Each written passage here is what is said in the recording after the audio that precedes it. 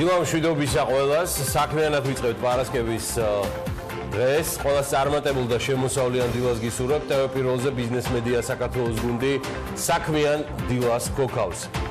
საქსტატის წინასწარი მონაცემებით 2019 წლის იანვარ-აგვისტოში საქართველოში საქონლით საგარეო სავაჭრო ბრუნვამ 8 მილიარდ 126 მილიონ დოლარს გადააჭარბა. ეს წინა წლის მაჩვენებელზე 1/100%-ით მეტია. აქედან ექსპორტი არის 12.4%-ით გაზრდილი, ხოლო იმპორტი 4.4%-ით შემცირებული.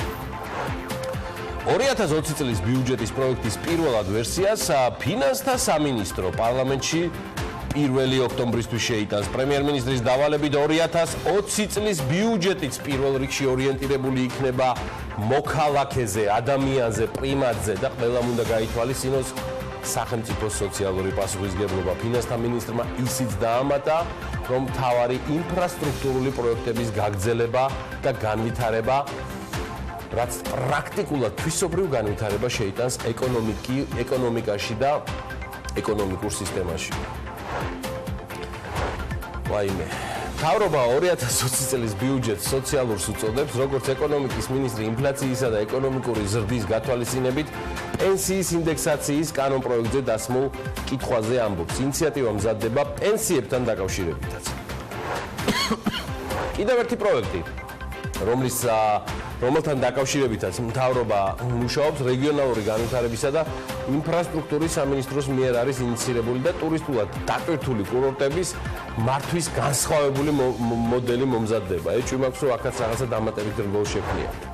ფინანსთა მინისტრი ივანე მაჭავარიანი კი ასაწონი თამბაქოს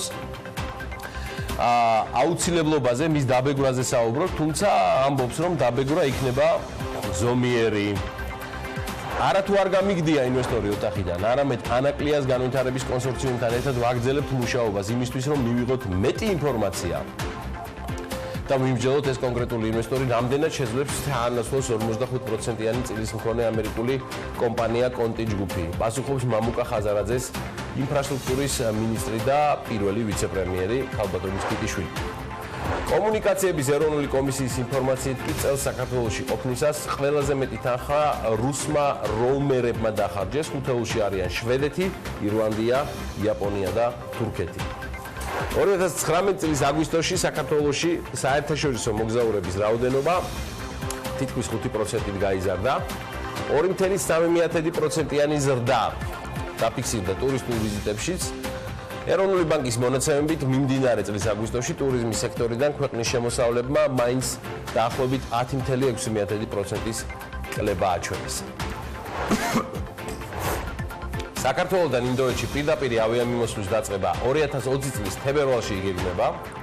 არსებული ინფორმაციით სწორედ მომავალ წელს შემოვა ქართულ ბაზარზე დაბალბიუჯეტიანი ინდური ავიაკომპანია ინდიგო, რომელმაც გადადო შემოსვლა.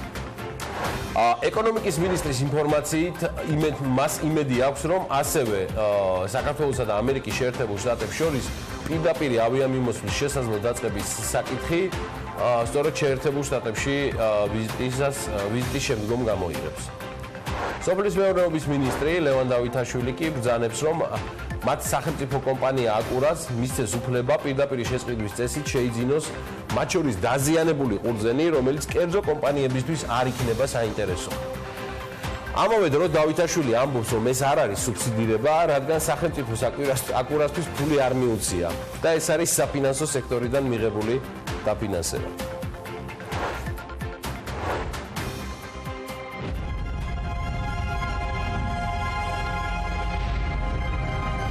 Try to envision a map. Caucasus runs from Black Sea to the Caspian Sea. It's a green oasis in between these two seas. The nature is calling you, and you need to go there. You need to feel the ground, the smells, the sounds of it. I love my country, my Georgia, so much. My grandmother Helen was a skydiver back to the 60s. she was sent სარეკლამო რგოლმა საქართველოს შესახებ სათავგადასავლო ტურიზმის მსოფლიო სამიტზე პირველი ადგილი აიღო ტურიზმის ეროვნული ადმინისტრაციის ხელმძღვანელმა წარმატების შესახებ სოციალური ქსელით გვამცნო და ამავე სივრცეში ვიხილეთ სარეკლამო რგოლის თავარი პერსონაჟის ალექს ისკანდეროვის მიმოცვაც მისალოცი ნამდვილად არის და ეს ძალიან დიდი და სერიოზული წარმატებაა.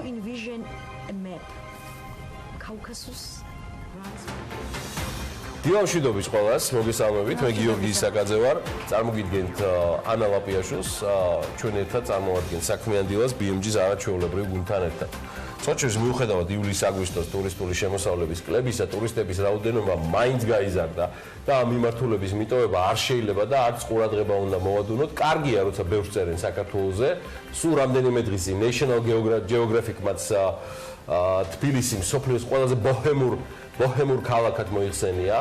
ტარა იზაბელა ბარტონი აღნიშნავს, მხოლოდ რამდენიმე ქალაქია ისე სასიამოვნოდ ქაოტური, როგორც შავი ზღვის ქვეყნის დედაქალაქი თბილისი.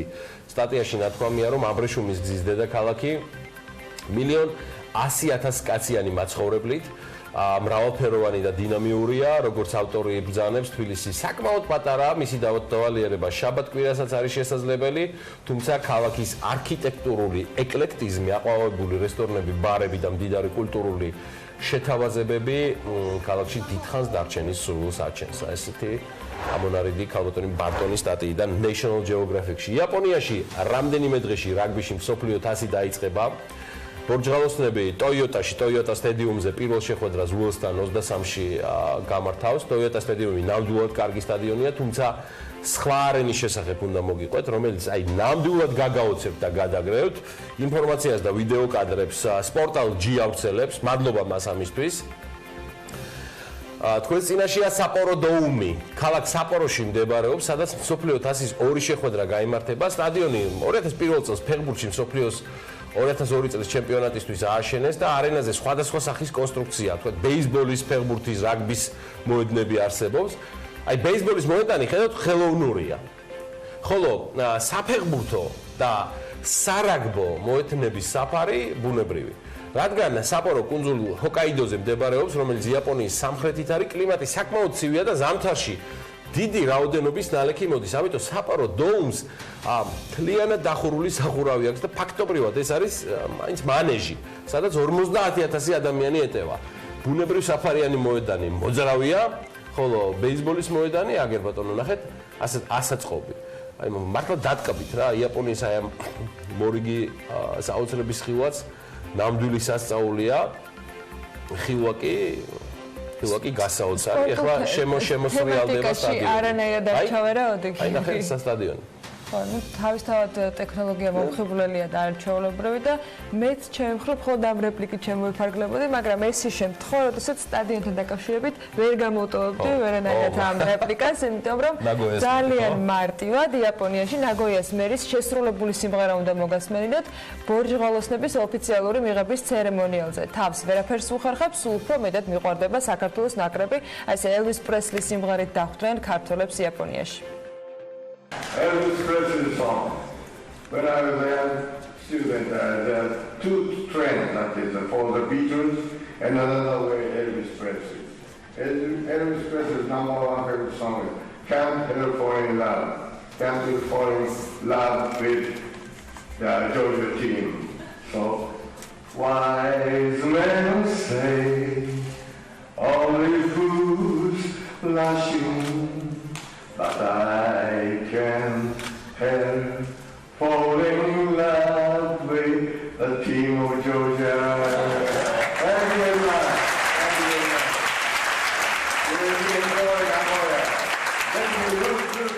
წარმატებები ჩვენს ბორჯღალოსნებს იაპონიაში ძალიან მნიშვნელოვან გამოცდილებას მიიღებენ და მინდა რომ საქართველოს კიდევ ერთხელ და მორიგად იამაყოს მათ. მადლობა იაპონელებს ტრადიციულად განსაკუთრებული და გამორჩეული დახვედრისთვის. მე თუ მკითხავთ ჩვენი შესაძლებლობის და გაქანების გათვალისწინებითაც ქართველებსაც გვაქვს საამაყო. სტადიონის თემას გავაგრძელებ, იმიტომ რომ ჩემთვის ერთ-ერთი გამორჩეული ობიექტია. თვალყურს ვადევნებ და არც ისინი გვაკლებენ ყურადღებას გულისხმობ. სულ თაგავენ და ჩვენი ინსტაგრამის ჩვენი ინსტაგრამიდან გამომდინარე, ხო, ყველა დეტალი ვიცით სტადიონისა, რომელიც შენდება ბათუმში, იუბილარი ანაგი აშენებს ბათუმში არაჩვეულებრივი და ლამაზი სტადიონის მშენებლობას. ფოტოებს როგორც გითხარით, პერიოდულად კომპანია სტადიონი ავრცელებს და აგერ ბოლო ამბებით სტადიონი როგორც იცით იქნება 20,000 მაყურებელზე გათვლილი, UEFA-ს მეოთხე კატეგორიის სტანდარტებით შენდება. საფეხბურთო სტადიონი ყოფილი მანქანათმშენებლობის ტერიტორიაზე 8 ჰექტარზე განთავსდება. სტადიონის შენობის ფასადი ქართული ეროვნული ცეკვა ჰორუმის კონცეფციაზეა აგებული და მას რამდენიმე შესასვლელი ექნება ავტობუსების, მოთამაშეების, მედიის, ვიპის სხვა ჩვეულებრივ შესასვლელთან ერთად და ტერიტორიაზე 1000-ზე მეტი მანქანაზე გათვლილი ეგრეთ წოდებული პარკინგი მოეწყობა. ბათუმის საფეხბურთო სტადიონი ბაჰადირ არქიტექტის მიერ არის დაპროექტებული, მათი პროექტი არის და კომპანიას 22 სტადიონი და მე მგონი 17 სპორტული ცენტრი აქვს დაპროექტებული მსოფლიოს სხვადასხვა ქვეყანაში, კამერუნი, თურქეთი, ყაზახეთი. სტადიონის შენებლობა სრულად წელს ბოლომდე ვერ დასრულდება, მასშტაბი დიდია და წესით 2020-ის გაზაფხულზე ბოლო ინფორმაციით გადაიწევს მისი გახსნა. ჩემი აზრით შემოდგომისკენაც შეიძლება გადაიწიოს, ისეთი საარჩევნო წელი მოდის. ხო და თუ კი ახლა იდეა მოგეცით და თან უფასოდ ავალ იყოს შეკოს სტადიონი და აჭარის მთავრობა ფეშქეს ჩვენგან. აი იუბილარი და ყოჩაღიანაგი კი კიდევ ჩემო ბატონო წელს 30 წელიწადი შეუსრულდა, თუ უსრულდება. მთელი წელი იუბილი აქვს. წარმატებები მათ მშრომელ და ნამდვილ მშენებლებს, ბიზნესმენებს, ზაზაგოგოტიშვილს და მთელ მის გუნდს საუკეთესო მოკითხვები და წარმატებები ბიზნეს მედია საქართველოს გუნდისგან. ეს სტადიონი გახდება შესაძლებლობა მათ შორის იმისათვის, რომ აჭარაში სპორტული ტურიზმი განვითარდეს. გეგმაში 100-ია გაწერილი და კიდევ ბევრ საინტერესოს გეგმავენ და ისევ ტურიზმს რომ მიუბრუნდეთ და სტატისტიკის მონაცემები მინდა გაგაცნოთ 2019 წლის მეორე კვარტალში საქართველოში ჩამოსული საერთაშორისო ვიზიტორების ჯამური ღამისთეების რაოდენობა დაითვალეს და მან 7,363,925 შეადგინა. ყველაზე მეტი ღამისთევა კი სასტუმროებშია დაფიქსირებული 37,1%. მეგობრებისა და ნათესაობის სახლში გაჩერდა 18%-ზე მეტი. სხვა ტიპის განთავსების საშუალებები ვიზიტორებს შორის ნაკლებად პოპულარული იყო. საფრანგეთის ეროვნული სამსახურის კვლევის მიხედვით ვიზიტების საშუალო ხანგრძლივობა დაახლოებით 4 ღამეს უტოლდებოდა 3,9-ია და ეს მაჩვენებელი განსხვავდება სხვადასხვა ქვეყნების რეზიდენტების მიხედვით. ანუ მეზობელი ქვეყნების რეზიდენტები საქართველოში შედარებით მოკლე პერიოდით ჩერდებოდნენ რუსეთის რეზიდენტების გარდა, რომლებიც ხანგრძლივად საშუალოდ 5 ღამის განმავლობაში რჩებოდნენ. ქვეყნები, რომლის მოქალაქეების საქართველოში ვიზიტისას ყველაზე ხანგრძლივად დარჩენის, თქვათ, რეიტინგს შევადგენთ, აღმოჩნდება, რომ პოლონელები დაახლოებით 10 ღამეზე მეტი დროის განმავლობაში ატარებდნენ საქართველოს დროს. ფრანგები რჩებოდნენ ასევე დიდხანს. ინდოეთიდან ჩამოსულები 27 ღამეზე მეტ დროს ატარებენ ქვეყანაში, კანადელები თითქმის 23 ღამეს. ავსტრალიიდან, ნიდერლანდებიდან, ჩეხეთიდან, საბერძნეთიდან, ბელარუსიდან, გერმანიიდან, ირანიდან, უკრაინიდან, ჩინეთიდან ჩამოსული ადამიანების ღამეების თევის რაოდენობა კი შეგიძლიათ ეკრანზე დაინახოთ. საკმაოდ განსხვავებული არის მონაცემები, მაგრამ ნამდვილად არ ვუჩივით მათი დარჩენის ხანგრძლივობას. მოდი დავთვალოთ საერთაშორისო ვიზიტების მიერ განხორციელებული დანახარჯის ჯამური მაჩვენებელი, რომელიც ამ პერიოდში 2 მილიარდ 400 მილიონ ლარს გადააჭარბა, ხოლო ერთი ვიზიტისას გაწეულმა საშუალო დანახარჯმა კი 1261 ლარი შეადგინა. დანახარჯების ყველაზე დიდი წილი განთავსების საშუალებებზე, ეს არის თლიანი ხარჯების 24,7% და საკვებსა და სასმელზე 24,9%, ანუ განთავსება და საკვები და სასმელი. აი აქ წავიდა ძირითადად მათი ხარჯი. ასევე მნიშვნელოვანი წილით იყო წარმოდგენილი რეკრეაციულ და კულტურულ აქტივობებზე დანახარჯები, თითქმის 23,9%. ხოლო აი შოპინგზე მაინც ვიზიტორებმა მთლიანი დანახარჯების დაახლოებით 18,6% გასწიეს. რაც შეეხება ტურისტებს, რომლებიც საქართველოში მოგზაურობისას ყველაზე მეტს ხარჯავენ, პირველი ათეული აი ასე გამოიყურება.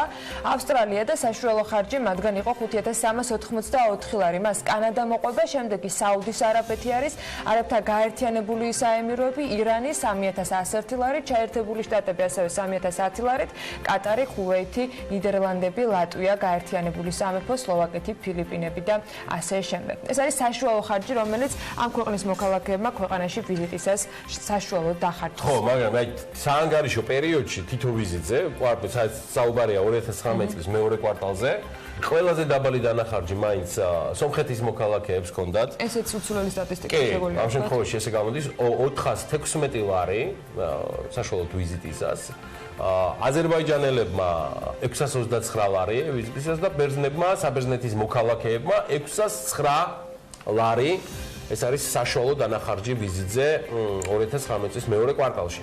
საერთაშორისო მოგზაურობას მნიშვნელოვანი წვლილი რო შეაქვს მსოფლიო ეკონომიკის განვითარებაში, ალბათ ამაში ახალს არაფერს არ ვიტყვი, მით უმეტეს მოგზაურობისა და ტურიზმის მსოფლიო საბჭოს მონაცემებით 2018 წელს ამ დარგის პირდაპირმა კონტრიბუციამ მსოფლიოს მთლიან შიდა პროდუქტში 2 ტრილიონ 800 მილიარდს გადააჭარბა და ეს არის დაახლოებით 3.2% მთლიანი შიდა პროდუქტისა და ხელი შეუწყო მსოფლიოში ახალი 123 მილიონი სამუშაო ადგილის შექმნას.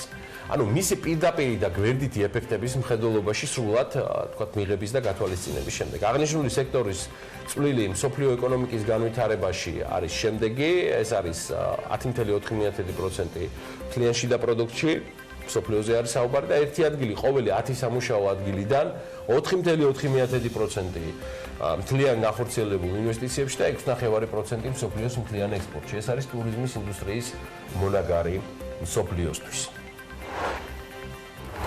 კარგი, დღეს დაპირებულად პორტებზე საუბარს გადავდებ, გადავდებ პრინციპში ყველა პორტზე, თორე ნამდვილად ვაპირებ, რომ შევეხო ერთ-ერთი პორტის თემას და მსურს BMG-ს კონტრიბუცია დამატებით წარმოვადგინო იმ საქმეში, რასაც ანაკლიის პორტისთვის ინვესტორის შერჩევა თუ ჩანაცვლება ჰქვია, მოგეხსენებათ პირველმა ვიცე-პრემიერმა გუშინ განაცხადა, რომ სამინისტრო აქტიურად სწავლობს კომპანია მერიდიანის და სხვა შესაძლო ინვესტორის შესახებ ინფორმაციებს. ხალბატონ მაირიაც კიტიშვილსაც ეთერში არაერთხელ დავპირობები ვარ ამ ტიპის ანალიტიკის თუ სხვა ინფორმაციების დახმარებას და პირველი ანალიტიკა მამუკა ხაზარაძის მიერ დასახელებულ მერიდიანზე სწორედ ასევე BMG-მ გამოაქვეყნა. ეს საერთაშორისო საინვესტიციო კომპანიაა, კაპიტალი შევსებულია სხვადასხვა წარმომავლობის ბიზნესმენებით. მათი ძირითადი ნაწილი ყაზახეთიდან არის და ყველანი Forbes-ის ათეულში შემავალი მილიარდერები არიან. ინფორმაციის პირველმა მოძიებამ მოგვცა სურათი, რომელიც გადმოგეცით, თუმცა ჩვენს პარტნიორებთან Forbes ყაზახეთიდან მივიღეთ ასევე დადასტურებული ინფორმაცია, რომ კომპანია მერიდიანი ნამდვილად არის ასევე კავშირში ძალიან ბევრ გავლენიან ყაზახ ბიზნესმენთან და მე მინდა რა რამდენიმე ვარიანტი მათ შორის ჩამოგითვალოთ. Forbes ყაზახეთი ადასტურებს, რომ მათ შორის არის ასევე ტიმურ ყულიბაევი, რომელსაც გაცხადებული კაპიტალი $4 მილიარდ აღწევს და მის მფლობელობაშია. მოდი სანამ გეტყვით რა არის ტიმურ ყულიბაევის მფლობელობაში, გეტყვით რომ ის ნურსულტან ნაზარბაევის სიძეა.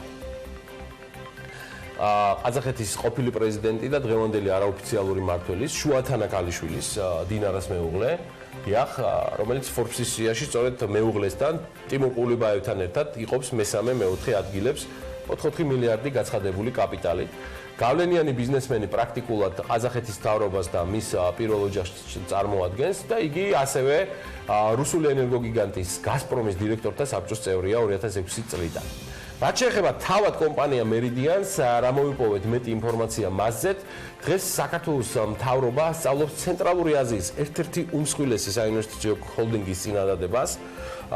ცენტრალური აზია ამ შემთხვევაში იმითაც არის მნიშვნელოვანი, რომ წიაღისეულით მდიდარი რეგიონი ანაკლიას ღრმაწვოვანი პორტის მიერ შექმნილი ახალი სატრანსპორტო დერეფნის ერთ-ერთი ბუნებრივი ბენეფიციარი გახდება. შესაბამისად არსებობს მათი დაინტერესება სურვილის აშენდეს საქართველოში აღნიშნული და განხორციელდეს აღნიშნული პროექტი. Meridian Capital Limited, რომელიც 2002 წელს დიდი ბრიტანეთის იურისდიქციაში, ცალსახად დიდი ბრიტანეთის იურისდიქციაში ყაზახეთის უმდიდრესი მოქალაქეების მიერაც არის დაფუძნებული ტრანსპორტის ინფრასტრუქტურის, ტურიზმის, ვაჭრობის, უძრავი ქონების, ბუნებრივი რესურსების, კვების მრეწველობის და ასევე საფინანსო სფეროებში მოღვაწე ძალიან ბევრ კომპანიას აერთიანებს. Meridian Capital Limited-ის ვებგვერდის მონაცემებით, ეს რაც ოფიციალურია, ხედავთ ახლა მის დამფუძნებლებს შორის არიან მაგალითად ისეთი მნიშვნელოვანი ადამიანები, როგორც არიან მაგალითად ასკარ ალშინბაევი, ან გქნებავთ იგივე ევგენი ფელდი. ამასთანავე როგორც ეს და სხვა წყაროებით იკვეთება, კომპანიის დამფუძნებელი პარტნიორები არიან პირები, რომლებიც დღეს ყაზახეთის ენერგეტიკის სფეროში მოღვაწე უმსხვილესი კომპანიის ყაზმუნაი გაზის ხელმძღვანელობას წარმოადგენენ. მოკლედ, უფრო კონკრეტულად გეტყვით, საუბარია ყაზმუნაი გაზის დირექტორსა და ნავთობისა და გაზის ყოფილ მინისტრზე საუატ მიმბაევზე.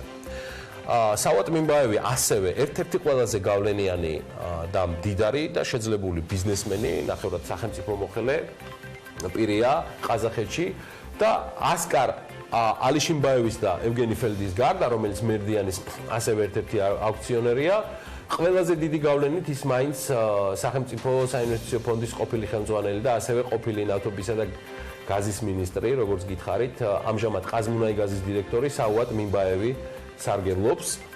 ყაზმუნაი გაზი კი იცით ამასთანავე ყაზახეთის სახელმწიფო საინვესტიციო ფონდის სამრუგ კაზინას შემადგენლობაში შედის. ეს ფაქტიურად მთელი ყაზახეთის რესურსები არის აქ თავმოყრილი, მარტივად რო აგიხსნათ. თავის მხრივ ეს ფონდი დღეს საქართველოს საპორტო სისტემაში ისედაც არის ჩართული და ის ბათუმის პორტის და ბათუმის ნავთობტერმინალის საბოლოო მესაკუთრეს წარმოადგენს. კომპანიის აქტივების ღირებულება მათ მიერ გამოქვეყნებული ანგარიშგების მიხედვით, მხოლოდ მათ მიერ გამოქვეყნებული ანგარიშგების მიხედვით 185 მილიონი დოლარია. სხვა წყაროები მეტყველებენ იმაზეც, რომ მერიდიან კაპიტალის ერთ-ერთ მოწილეს ყაზახეთის ასევე უმდიდრესი მოქალაქე და ქვეყნის ექს-პრეზიდენტის ტიმურ ყულიბაევიც არისო, თუმცა ის ოფიციალურად აქ არ ჩანს. ყულიბაევის და მისი მეუღლე დინარა ყულიბაევა, იგივე ნაზარბაევა, ის სხვათაშორის ისინი ერთად არიან ხალიქ ბანკის მესაკუთრეებიც. მათი ქონება 3 მილიარდ 400 მილიონ დოლარად არის შეფასებული, როგორც გითხარით, ცალ-ცალკე და Forbes-ის მიერვე ზუსტად ასევე არის შეფასებული, როგორც მოგახსენეთ, ქალბატონი დინარა ყულიბაევას ქონებაც. ეს არ არის საბოლოო ინფორმაცია, რომელსაც ჩვენ გთავაზობთ კომპანია მერიდიანთან დაკავშირებით, როგორც გითხარით, ჩვენი და ყაზახური Forbes-ის ძალიან ახლო, მათ შორის პარტნიორული ურთიერთობიდან გამომდინარე, მოგეცანებათ, რომ ქართულ Forbes-საც ყაზახური Forbes-ი არის პარტნიორი და თანამოწილე ჩვენთან ქართულ Forbes-ში. ჩვენ ვაზუსტებთ კიდევ ბევრ ინფორმაციას კომპანია მერიდიანთან დაკავშირებით, ძალიან საინტერესოს. ფაქტია, რომ ეს არის მნიშვნელოვნად შეძლებული კომპანია, ყველა სხვა დეტალზე კიდევ დამატებით უკვე ორშაბათიდან მოგახსენებთ. ახლა უკვე ბიზნეს სიახლეებზე გადავიდეთ და მოდი დავიწყოთ. დღეს უკვე ინტენსიურ ფაზაში ერთველი და ამ მომენტში გადამუშავებულია 80,000 ტონა ყურძენი და კიდევ უფრო მეტი. აქედან ძირითადი ნაწილი დაახლოებით 50,000 ტონამდე. გადამუშავებული არ გაწითელი 20,000 ტონაზე მეტი საფერავი, დანარჩენი კი სხვა ჯიშებია. ეს სოფლის მეურნეობის მინისტრმა თქვა გუშინ მთავრობის ხდომაზე და დავითაშვილმა თავადვე განმარტა, რომ გადამუშავების მაჩვენებელი 80,000 ტონას უახლოვდება, თუმცა ეს შარშანდელ მაჩვენებელს მაინც ჩამორჩება. შარშან სასწაული მოცავალი იყო, ამბობს დავითაშვილი 250,000 ტონა გადამუშავდა. პრემიერის კიდევ ერთი დავალება იყო და ამჯერად ადრესატი სწორედ გარემოს დაცვისა და სოფლის მეურნეობის სამინისტრო გახდა. გიორგი გახარიამ მთავრობის ხდომაზე თქვა, რომ მოსავალი დროულად უნდა იყოს დაბინავებული. დამატებითი კორექტირება ამ თემას არ მოჰყოლია. მოდი რთველი და ბარაკა და ფასებსაც გადავხედოთ ამასაც და მინისტრმა დავითაშვილმა გუშინ ისიც თქვა, რომ მიკროზონების მიხედვით თეთრ ყურძენზე ფასი 80 თეთრიდან 1 ლარამდეა, ესახება ძირითადად კახურ მწვანეს, უფრო მეტია ქისის შემთხვევაში საფასური. საფერავზე ფასი კი ლარ ნახევარიდან იწყება და მას აჭარბებს. საფერავის ფასი სტანდარტულად არის ლარი და 50, მუკლზანის მიკროზონაში ლარ ნახევრიდან 2 ლარამდეა ფასი და 2 ნახევარი არის ქინძმარაულის მიკროზონაში კილო ყურძნის ფასი. ამასობაში ფინანსთა სამინისტრო 2020 წლის ბიუჯეტის ფორმირებაზე მუშაობს. სამინისტროებთან და სხვა უწყებებთან ბიუჯეტის შეჯერების შემდეგ, როგორც ფინანსთა მინისტრი ამბობს, 2020 წლის ბიუჯეტის პირველად პროექტს პარლამენტი ოქტომბრის დასაწყისისათვის მიიღებს. ბიუჯეტის პრიორიტეტებზე მთავრობა ამბობს, რომ ინფრასტრუქტურული პროექტები, კაპიტალური ხარჯები და ის სოციალური საჭიროებები იქნება, რომელიც სიკეთეს ქვეყნის მოქალაქეებს მოუტანს. გახარიამ გუშინ თქვა, რომ 2020 წლის ბიუჯეტი პირველ რიგში ორიენტირებული განკუთვნილებული უნდა იყოს მოქალაქეზე და ყველამ უნდა გაითვალისწინოს სახელმწიფოს სოციალური პასუხისმგებლობა. ივანე ვაჭაურიანმა კი აღნიშნა, რომ მიმდინარე ხარჯების კონტროლი ბიუროკრატიის შენახვაზე გაწეული ხარჯების მისაღებ დონეზე შენარჩუნდება და სოციალური პასუხისმგებლობა იქნება მნიშვნელოვანი საკითხი. ფინანსთა მინისტრი ამბობს, რომ მთავრობას მჭიდრო კავშირი აქვს საერთაშორისო სავალუტო ფონდთან და პროექტის საფინანსო ინსტიტუტებთანაც იქნება შეჯერებული. 2020 წლის ბიუჯეტი პირველ რიგში უნდა იყოს ორიენტირებული მოქალაქეზე და რა თქმა უნდა აბსოლუტურად ყველამ უნდა გავითვალისწინოთ სახელმწიფოს სოციალური პასუხისმგებლობა. იმ სტრატეგიას, რომელიც დასახული იყო და რომელიც მოკლედ 2 წუთში შეიძლება აღიწეროს როგორც ის თავარი ინფრასტრუქტურული პროექტების გაგრძელება და განვითარება, რომელიც პრაქტიკულად თვისობრივ ცვლილებას შეიტანს ქართულ ეკონომიკაში და ეკონომიკურ სისტემაში. ამავდროულად მიმდინარე ხარჯების კონტროლი, ბიუროკრატიის შენახვაზე გაწეული ხარჯების მისაღებ დონეზე შენარჩუნება და რასაკვირველია სოციალური პასუხისმგებლობა, რომელსაც ვერ აღწევთ.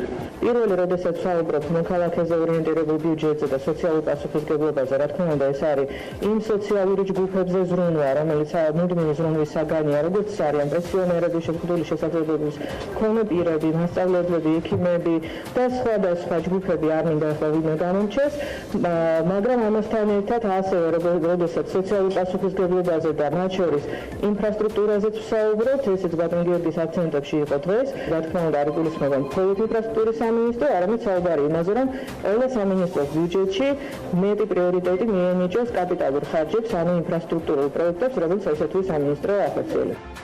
მთავრობა 2020 წლის ბიუჯეტს სოციალურს უწოდებს და როგორც ეკონომიკის მინისტრი აღნიშნავს, ინფლაცია და ეკონომიკური ზრდის გათვალისწინებით პენსიის ინდექსაციის კანონპროექტზე დასმულ კითხვაზე ინიციატივა მზადდება, მათ შორის პენსიებთან დაკავშირებითაც და ესეც სავარაუდოდ ბიუჯეტში ასახული იქნება.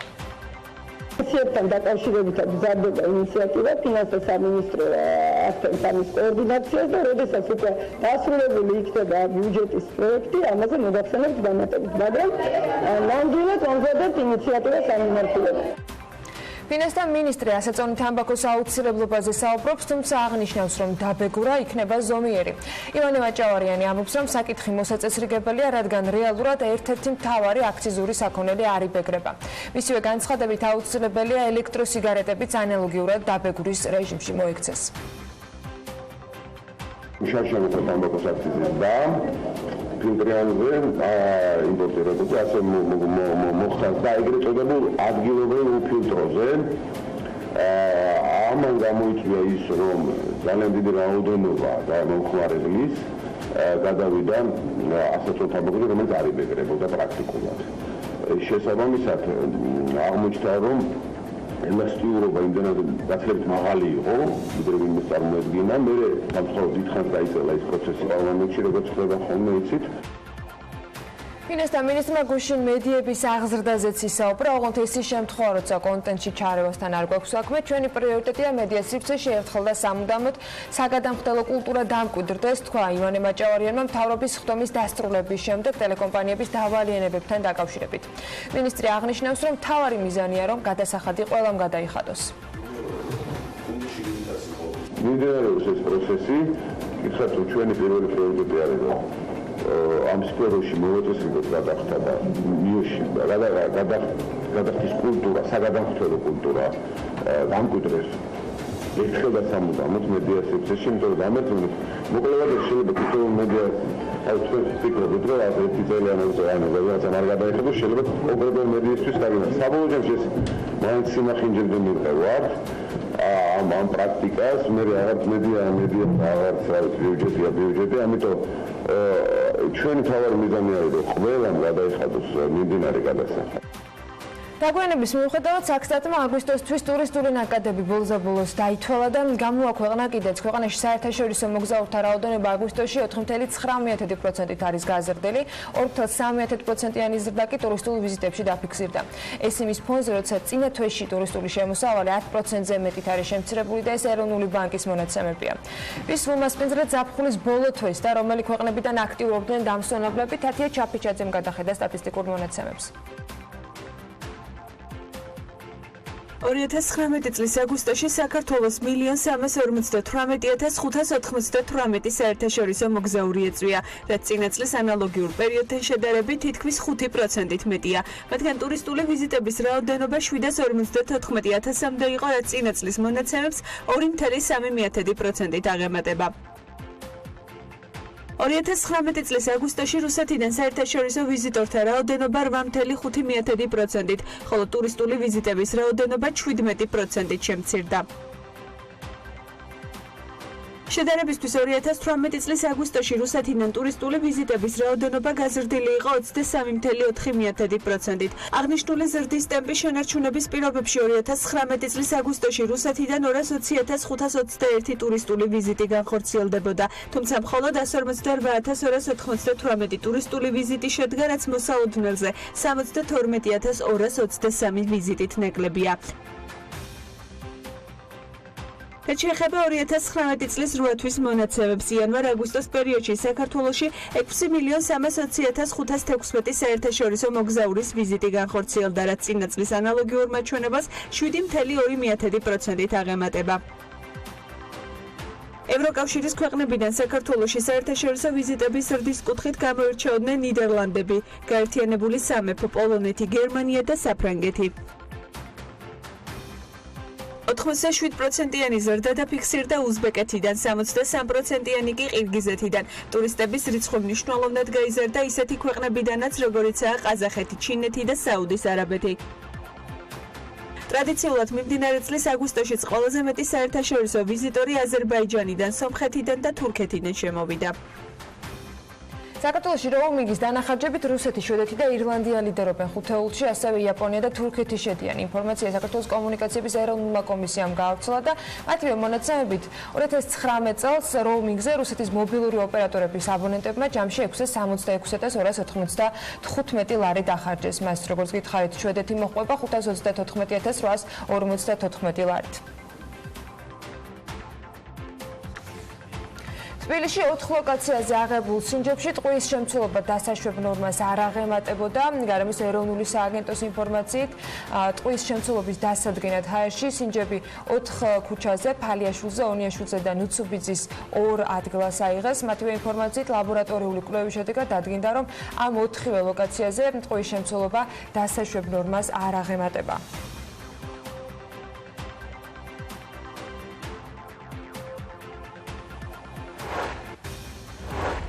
ახალ გარემოს ეროვნული სააგენტოს ინფორმაციების დრო არის ოღონდ ამინდის ნაწილში და მათი ინფორმაციით ამინდი კვლავ შავი ზღვის სამხრეთ-დასავლეთიდან მოქმედი შედარებით ცივი ჰაერის მასების და სამხრეთიდან გავრცელებული ცხელი ჰაერის მასების ურთიერთქმედებით იქნება განპირობებული. დღის განმავლობაში ღრუბლიანობა მოიმატებს, დრო გამოშვებით დღის პირველ ნახევარში უმეტესად უნალექოდ ჩაივლის დღე და დღის ბოლოს ზოგან შესაძლოა იყოს წვიმაც ელჭექით, იქროლებს დასავლეთის მიმართულების ქარიც.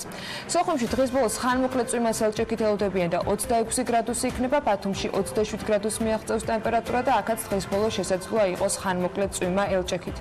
უმეტესად უნალექოდ ჩაივლის დღე ქობულეთში, სადაც 27 გრადუსი დაფიქსირდება, ხუთაისში 31 გრადუსია ნავარაუდევი, ზუგდიდში 30, ანაკლიაში 29 და ოზურგეთში 31. ონში დღის ბოლოს შესაძლოა ხანმოკლე წვიმა იყოს ელჭექით და 25 გრადუსი, გორში 28 გრადუსს მიაღწევს ტემპერატურა და ცხინვალში 27 გრადუსია მოსალოდნელი, ისევე როგორც მარნეულსა და რუსთავში.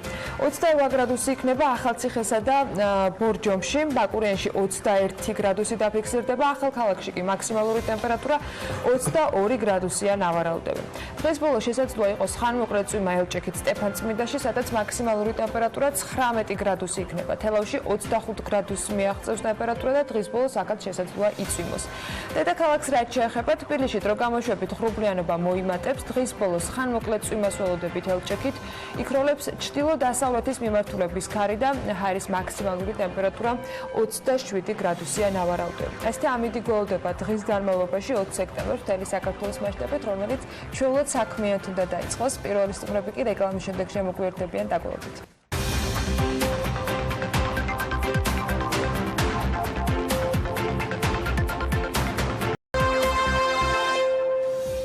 ახალგაზრდა ტალანტების აღმოსაჩინად, რომლებიც 48 საათის განმავლობაში საქართველოში ტურიზმის ინდუსტრიის პრობლემებზე იმსჯელებენ და მათი გადაჭრის კრეატიულ გზებს წარმოადგენენ, შერჩევა დაიწყო. რჩეულებისათვის კი თბილისი ბათუმის მატარებელში ტურიზმის ჰაკათონი გაიმართება.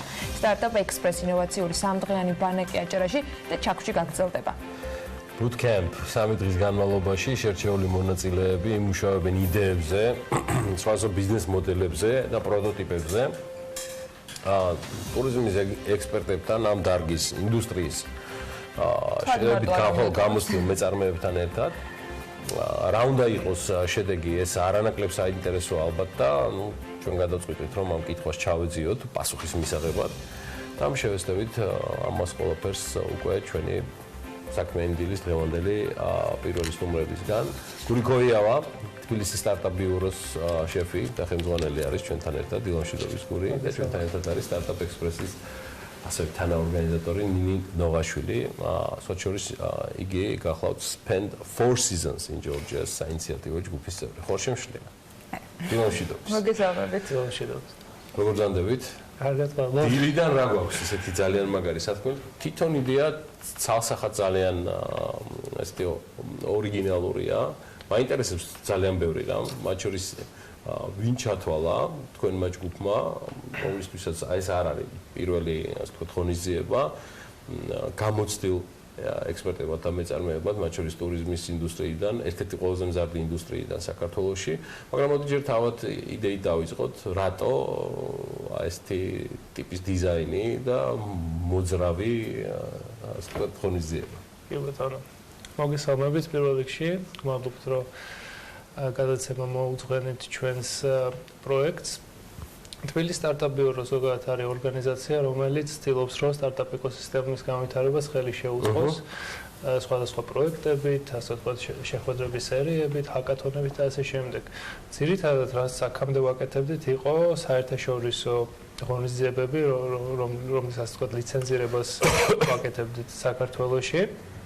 და მე ვფიქრობდით, რომ შეგვექმნა აბსოლუტურად ახალი ფორმატი, რომელიც თქვათ საქართველოში დაიწყებოდა, იქნებოდა საინტერესო და მე ვთქვათ მსოფლიოს სხვადასხვა ქალაქებში შეძლებდნენ გადაეღოთ იგივე. ვფიქრობდით ინდუსტრიას, ავირჩიეთ ტურიზმი, როგორც აღნიშნეთ, როგორც მსოფლიოში ყველაზე მზარდი, ერთ-ერთი ყველაზე მზარდი ინდუსტრია, ასევე საქართველოს ეკონომიკისთვის ძალიან საინტერესო ინდუსტრია და ავირჩიეთ მოძრავი ფორმატი, როგორც აღნიშნეთ, მატარებელი, რომელიც გავა 27-ში დილით და მატარებელშივე დაიწყება შერჩეულ მონაწილეებს შორის, ასე ვთქვათ, ეგრეთ წოდებული ჰაკინგი, როცა ისინი დაიწყებენ იდეებზე უკვე მსჯელობას, მუშაობას და შემდეგ 6 საათის მანძილზე, სანამ ბათუმში ჩააღწევს მატარებელი, უკვე სამუშაო პროცესი იქნება. ეს სამუშაო პროცესი მე გადაინაცვლებს სასტუმროში, ჩაქვის ოაზისში. ამ სამუშაო პროცესის შედეგების ნაწილზე სანამ გადავალთ და პროცესის თვითმმართველ მიმდინარეობაზე, როგორ შეირჩევიან ეს ადამიანები, როგორ მოხდება მსურველი მატარებელში, ამით მინდა რომ დავიწყოთ, რის მიხედვით, რა კრიტერიუმებით არჩევთ და ვინ იქნებიან ეს ადამიანები?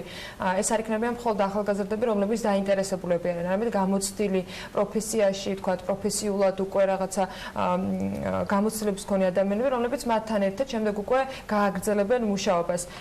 როგორ არჩევთ ამ ადამიანებსაც, ვინ იქნებიან ესენი, თუ არის უკვე თქვენთვის ცნობილი, ჩვენც რომ გაგვიზიაროთ? დიახ, ანუ თვითონ ამ პროექტის სარეგისტრაციო ფორმა გამოტანილია ონლაინ, რომელიც გაგრძელდება ორშაბათს ღამის 12 საათამდე, 23-ზე და 59 წუთზე შევწყვეტ აპლიკაციების მიღებას. ანუ გური კიდე 3 დღე აქვთ. კიდე 3 დღე აქვთ. სწორედ ეს არის თქვათ ჩემი ძირითადი თქვენთან სტუმრობის მიზეზი და მინდა მოუწოდო მაქსიმალურად ყველა ახალგაზრდას ტურიზმის იაქტიურონ. დიახ, ვისაც თქვა ტურიზმის მიმართულება აინტერესებს, რომ იაქტიურონ, როგორც თქვენ აღნიშნეთ, გვეყოლებიან ძალიან კარგი და საინტერესო სტეიქჰოლდერები ტურიზმის ინდუსტრიის, მათ შორის კერძო სექტორიდან, რომლებსაც ექნებათ სხვადასხვა ინსპირაციული მოხსენებები და საინტერესო, ასე ვთქვათ, მოხსენებები თუ რა ხდება ტურიზმის ინდუსტრიაში. პროგრამის ამ ნაწილს როცა დავფარავთ, მე იწყება როგორც თქვენ აღნიშნეთ 48 საათიანი პერიოდი, სადაც მონაწილეები დაყოფილი არიან გუნდებად და მსჯელობენ, მუშაობენ იდეებზე, რომლებიც უნდა მიიყვანონ კონკრეტულ ბიზნეს მოდელებამდე, პროტოტიპამდე და 48 საათის ამოწურვის შემდეგ წარუდგინონ ჟიურის და ჟიური გამოავლეს თქვათ საუკეთესო იდეას, საუკეთესო პროექტს.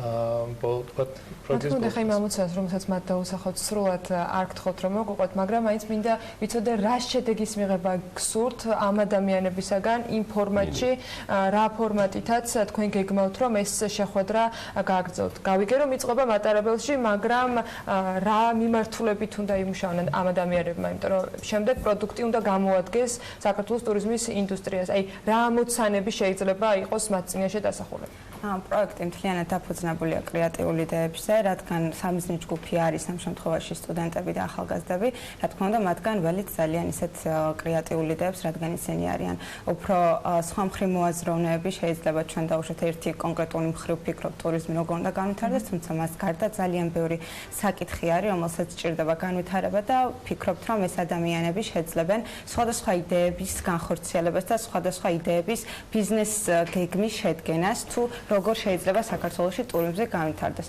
მოგეხსენებათ დღესდღეობით ძალიან ბევრი პრობლემა არის ტურისტთან მიმართულებაში. პირველ რიგში ჩემი აზრით ხარისხზე ორიენტირებული უნდა გავხდეთ, სერვისზე ორიენტირებული ინფრასტრუქტურა უნდა დავხვეწოთ. ამ ყველაფრიდან გამომდინარე ვფიქრობთ, რომ ეს სტუდენტები ამ პროექტის განმავლობაში იმსჯელებენ მსგავს საკითხებზე და ასევე სხვა კრეატიულ საკითხებზე, რომელიც შეიძლება გამოადგეს საქართველოში ტურიზმის განვითარებას. იმ გამოცდილებით, რომელიც შენ გაქვს მათ შორის Spend Your Four Seasons in Georgia's ნაწილში უკვე ჩამოთვალა პრინციპში მიმართულები, რაც შეიძლება ჩვენთვის იყოს სუსტი წერტილები, რომელსაც განსაკუთრებით ჭირდება ყურადღების მიქცევა. აი ეს თემები, რომელიც ახლა შენგან იყო ჩამოთვლილი, რამდენად შეიძლება კერძო სექტორის მხრიდან მოგვარებად მიმართულებებად და სახელმწიფოს მხრიდან მოსაგვარებელ თემებად გავყოთ და რამდენად იქნება ამ თემატიკის შერჩევისას თქვენი მხრიდან პრიორიტეტი უშუალოდ კერძო სექტორის გეგმებზე გაკეთებული. Spend Four Seasons in Georgia ჩვენ თანამშრომლობთ ძალიან ბევრ კერძო სექტორიდან ძალიან ბევრ წარმომადგენელთან, ასევე საზოგადოების თითოეულ წევრთან. გვინდა რომ ჩვენი ინფორმაცია ჩვენგან წამოსული რაღაც მესიჯები მათთან მივიდეს და ყველამ თავისი წვლილი შეიტანოს საქართველოში ტურიზმის განვითარებაში. რა თქმა უნდა, კერძო სექტორზე ძალიან ბევრი რამ არის დამოკიდებული, ასევე ძალიან ბევრი რამ არის დამოკიდებული სახელმწიფოზე, თუნდაც ხარისხის გაუმჯობესების მხრივ კერძო სექტორის ჩართულობა არის ამ მხრივ, ასევე სერვისის გაუმჯობესების მხრივ, თუმცა ინფრასტრუქტურის მხრივ სახელმწიფოს ჩართულობა, სახელმწიფოს მონდომება არის პირველ რიგში.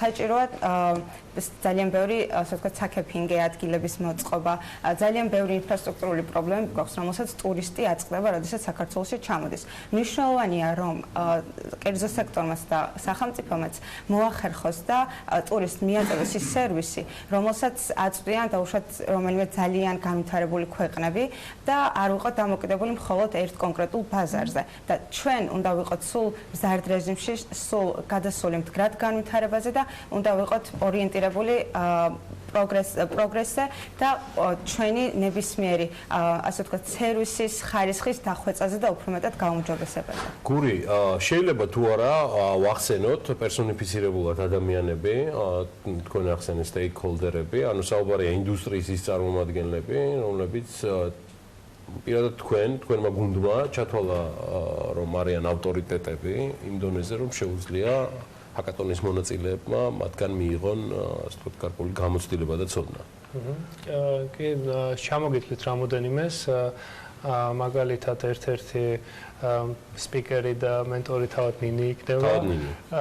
დიახ, ბატონი ბექა კვარცხავა, რომელიც ტურისტ ადმინისტრაციაში მუშაობდა წლების განმავლობაში, ხა არის ანტრეპრენერი და თაჩის ორგანიზატორი Digital Summit-ის, ნინო მაჭარაშვილი, რომელიც არის ასევე Forset-ის და Data Fest-ის ორგანიზატორი, თორნიკე ზირაქიშვილი, რომელიც მუშაობდა ასევე ტურისტ ადმინისტრაციაში, ხა არის საწარმოო საქართველოში, ასე ვთქვათ, ხელმძღვანელის მოადგილე. და კიდე რამოდენიმე ადამიანი, რომლებიც კერძო სექტორიდან არიან, ჯერ კიდევ ვთქვათ, ვათანხმებთ, ასე ვთქვათ, სპიკერების პლანს. მაგრამ მოდი ვთქვათ მთავარი კიდევ რომ მნიშვნელოვანი გამოცდილებით, რომ ეს ადამიანები არიან საჯარო სექტორში ნამუშევრები, ადმინისტრაციაში, რაც ასევე მე ერთ-ერთი ძალიან მნიშვნელოვანი გამოცდილებად მიმაჩნია, რომ გაიზიარონ ეს ხშირად ფასდაუდებელი გამოცდილებაა, მე დამეთანხმე. დიახ, მე თვითონაც საჯარო სექტორში მიმუშავია, მე წავედი კერძო სექტორში და ასე ვთქვათ, დაახლოებით 10 მომხსენებელი გვეყოლება და 10 მენტორი გვეყოლება პროექტის განმავლობაში. და ჩემი ბოლო კითხვა, სად მიდის შემდეგ ეს იდეები? ვისთან ფიქრობთ მის გაზიარებას რა? იმიტომ რომ გარდა იმისა, რომ სპიკერები ამას მოისმენენ, რომლებიც ასევე იქნებიან და მათთვისაც საინტერესო შეიძლება გახდეს? ესეთი იქნება? თბილისი, ბათუმი, ჩაქვი. რაში ფორმირდება იდეები, რომლებიც ახალგაზრდების მხრიდან იქნება მოწოდებული? დიდი იდეა ამ ყველაფრის არის, რომ ზოგადად ახალგაზრდებს მოუწოდოთ, რომ კონკრეტულად ტურიზმის ინდუსტრიაში თავიანთი ძალები მოსინჯონ მეწარმეობის კუთხით. თვითონ ამ პროექტის თქვათ follow-up-ი რა შეიძლება იყოს გამარჯვებული გუნდი ჩვენი რესურსებიდან გამომდინარე შესაძლებლობა გაჩნდება, რომ თქვათ კონკრეტულ ინვესტორებთან გქონდეთ შეხვედრები, ასევე ჩვენს მედია პარტნიორებთან გქონდეთ შესაძლებლობა, რომ ეს პროექტი წარმოადგინონ. ზოგადად ჰაკათონების და ბუტკემპების შედეგი ეს არის, რომ გამარჯვებულ გუნდს მერე წლის განმავლობაში თვითონ თბილისის სტარტაპ ბიუროს რა რესურსიც აქვს და for seasons in Georgia რა რესურსიც ექნება. გვინდა რომ ეს რესურსები გაუზიაროთ და იმ ახალგაზრდა მეწარმეებს, თქვა თუ იდეა იქ დაიბადა, იმ გუნდის მიერ შეიქმნა, მაქსიმალურად გაუხსნათ გზა ჩვენი შესაძლებლობებით, რომ ეს პროექტი მივიდეს ფინიშამდე, გავიდეს ბაზარზე და გახდეს ბიზნესი. მე იმით ვიტყოდ, რომ ბევრი ასეთი პროექტი იქნება, მიუხედავად იმისა, რომ გამარჯვებული შეიძლება იყოს მხოლოდ ერთი ამ კონკრეტული ჰაკათონის ფარგლებში, მაგრამ საინტერესო იდეებს ველოდები და წარმატებას გისურვებთ თქვენს და მონაწილეებსაც, რომელსაც ჯერ კიდევ აქვს მომდევნო 3 დღის განმავლობაში ორშაბათს ღამის 12 საათამდე ამ პროექტში ჩართვის შესაძლებლობა. გური ქოიავა, თბილისის სტარტაპ ბიუროს ხელმძღვანელი და სტარტაპ ექსპრესის თანაორგანიზატორი, ასევე ნინი ნოვაშვილი, რომელიც თანაორგანიზატორთან ერთად არის Spend for Seasons in Georgia-ს საინიციატივო ჯგუფის წევრი, გეოლოდებით გამარჯვებულთან ერთად და წარმატებები თქვენ. მადლობა მოწვევისთვის. ვიდრე რეკლამაზე გავალთ, ახლა კიდევ ერთი ინფორმაცია ჩვენი მაყურებლებისათვის, ახალი iPhone-ის და Apple-ის სხვა პროდუქტების განხილვა საქმიანი დილის ეთერში არაერთხელ გქონდა, ამაზე ლევან თაღიაშვილი ზრუნავს ხოლმე და ამჯერადაც გადაწყვიტა, რომ უკვე iSpace-ში მოეკითხა, როდის იქნება შესაძლებელი ახალი მოდელების შეძენა საქართველოში და რა ეღირება iPhone 11, iPhone 11 Pro და iPhone 11 Pro Max-ი. მოკეთ ნახოთ მის მიერ მომზადებული სიუჟეტი, არ ჩერდება და ბოლომდე აპირებს, რომ iPhone-თან დაკავშირებით ყველა დეტალი თავადაც ნახოს და ჩვენს გაგვიზიაროს.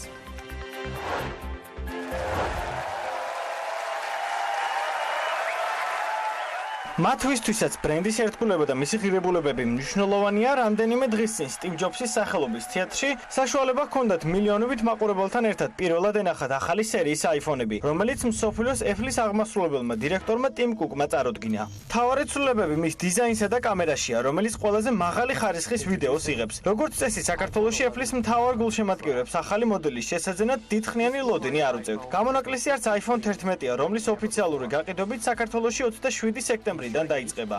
BMG-მ პირობებისა და უახლესი მოდელის ფასის გასაგებად საქართველოში Apple-ის ოფიციალურ პრემიუმ რისელერს iSpace მიმართა. მოგესალმებით Apple პრემიუმ რისელერის iSpace-ის თბილისის მოლის ფილიალიდან. მინდა ყველა Apple-ის მოყოლს მიულოცო ახალი iPhone-ის გამოსვლა.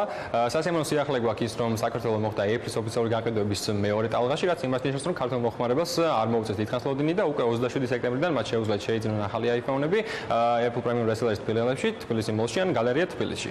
ახალი iPhone-ის ფასი დაიწყება 2890 ლარიდან იქნება iPhone 11-ის ფასი, iPhone 11-ის Pro-ს ფასი დაიწყება 4099 ლარიდან, ხოლო Pro Max-ის 4499 ლარიდან. წინასწარი შეკვეთები iSpace-ში იწყება 20 სექტემბრიდან და სპეციალური შეთავაზება გვაქვს მათთვის, ეს ერთი სული აქვთ, რომ მიიღონ თავისი კუთვნილი iPhone 11 და 11 Pro. ჩვენ არ დაველოდებით 27 სექტემბერს სავაჭრო ცენტრის გახსნას და ღამე დავიწყებთ ახალი iPhone-ების სახში მიდანას. iSpace-ის წარმომადგენლებთან საუბრისას გავარკვიეთ, რომ დღემდე როგორც საქართველოში, ასევე მსოფლიოში მსოფლიოში iPhone-ის ყველაზე პოპულარული smartphone iPhone X-არია, რომელიც ბიუჯეტური ფასითა და iPhone XS-ის მსგავსი მონაცემებით გამოირჩევა. თუმცა ახლა მთავარი აქცენტი და ყურადღება ახალ მოდელებზეა გადატანილი. რაც შეეხება iPhone-ის წინა მოდელებს, iPhone X-არი კვლავ ინარჩუნებს პოპულარობას, ის ყველაზე გაყიდვადი მოდელი არის მსოფლიოში დღესდღეობით და იმ მოხმარებას, ვისაც სურს ახალ iPhone-ზე გადმოსვლა, მაგრამ შედარებით ბიუჯეტური მოდელზე ურჩევნიათ არჩევანის შეაჩერონ iPhone X-არი სწორედ მათთვის არის. ხოლო მათ ვისაც რომ შეიძინონ დღესდღეობით საუკეთესო iPhone-ი ბაზარზე, მათ არადგინეს საუკეთესო სამკამერიანი სისტემა, რომელიც იღებს 4K ვიდეოს და ფოტოს, ასევე წარმოდგენილია 13 Bionic პროცესორით, რომელიც დღესდღეობით ბაზარზე უსწრაფესი არის და ყველა ამ ტელეფონს აქვს გაცილებით გამძლეები ბატარეა, ვიდრე წინა მოდელებს. წინასწარი შეკეთების გაკეთება დღეიდან უკვე შესაძლებელია. ათვლა დაიწყო. საქართველოს უახლესი iPhone-ის პირველი მფლობელი უკვე ზუსტად 1 კვირაში ეყოლება.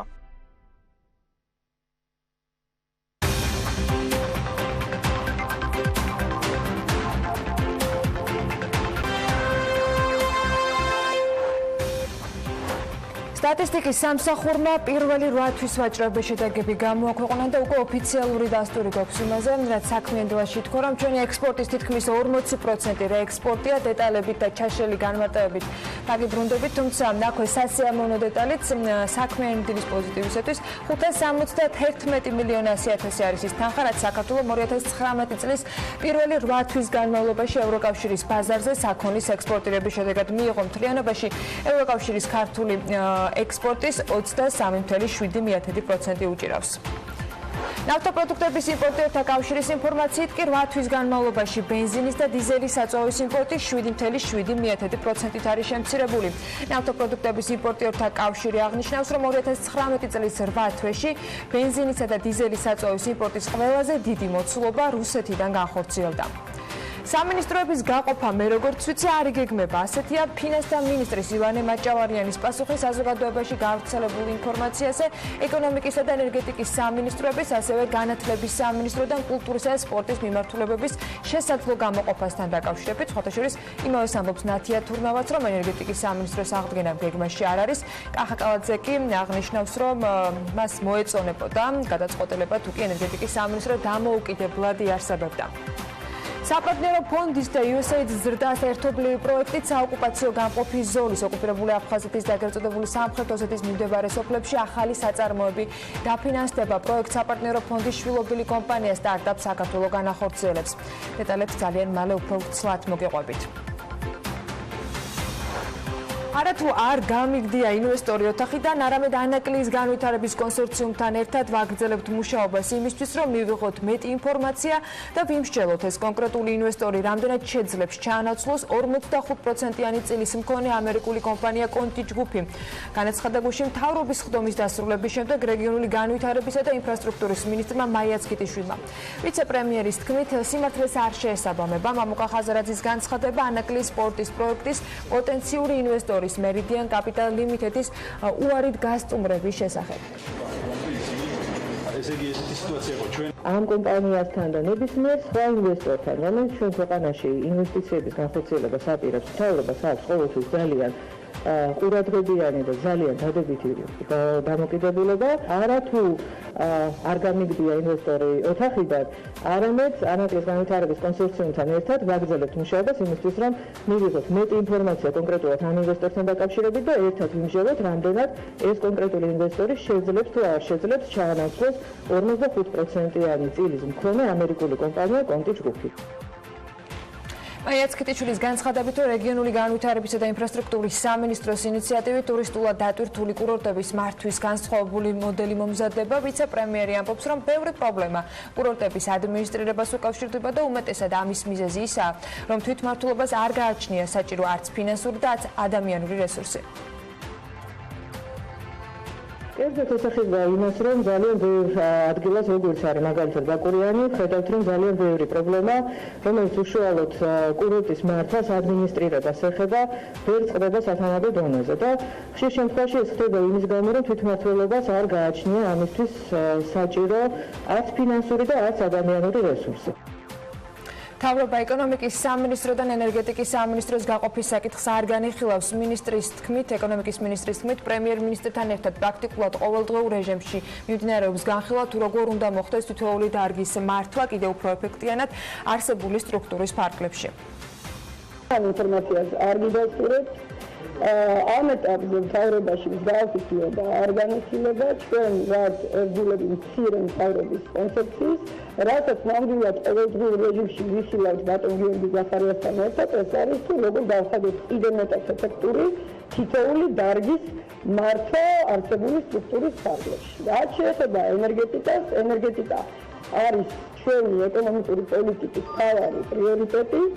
ენერგეტიკაში ჩვენ ავირჩიეთ რეფორმის გზა, ევროპული ტიპის ენერგეტიკული სექტორის შექმნა და ამ რეფორმის გზიდან ჩვენ არ გადავიხებთ და ყველაფერს შევასრულებთ ამ გეგმის მიხედვით.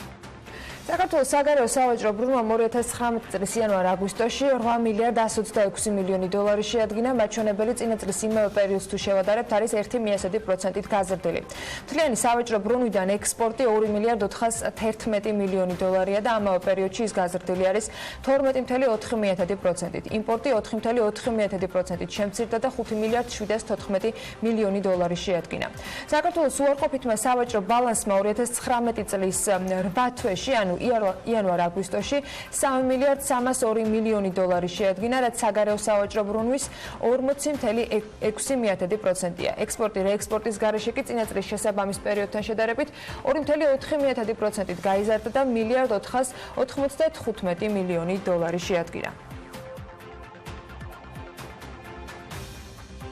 ამავე დროს საქსტატის მონაცემებით ევროკავშირის ქვეყნებში 2019 წლის იანვარ-აგვისტოში ექსპორტი 2018 წლის იმავე პერიოდთან შედარებით 25.3%-ით 571 მილიონ 100.000 დოლარამდეა გაზრდილი და ეს მთლიანი ექსპორტის 23.7%-ია. იმპორტის შემთხვევაში 11.6%-ით მილიარდ 479 მილიონ დოლარამდე კლება არის, რაც იმპორტის 25.9%-ს უტოლდება. სავაჭრო ბრუნვამ ევროკავშირის ქვეყნებთან 2 მილიარდ 50 მილიონი დოლარი დააფიქსირა, რაც წინა წლის შესაბამის მაჩვენებელს ჩამორჩება 3.7%-ით.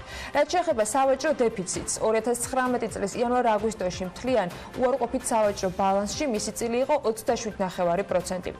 2019 წლის იანვარ-აგვისტოში საქართველოდან DST-ს ქვეყნებში ექსპორტირებული არის ჯამში მილიარდ 274 მილიონი დოლარის პროდუქცია და ეს არის 24.2%-ით მეტი, ვიდრე 2018 წლის იმავე პერიოდში აღრიცხული. ეს ქვეყნის მთლიანი ექსპორტის 52.8%-ია და იმპორტი ამ შემთხვევაში არის მილიარდ 9 დოლარამდე შემცირებული და 14.7%-ით წარმოადგენს ეს წილი, მთლიანი იმპორტის კი 26.1%-ია.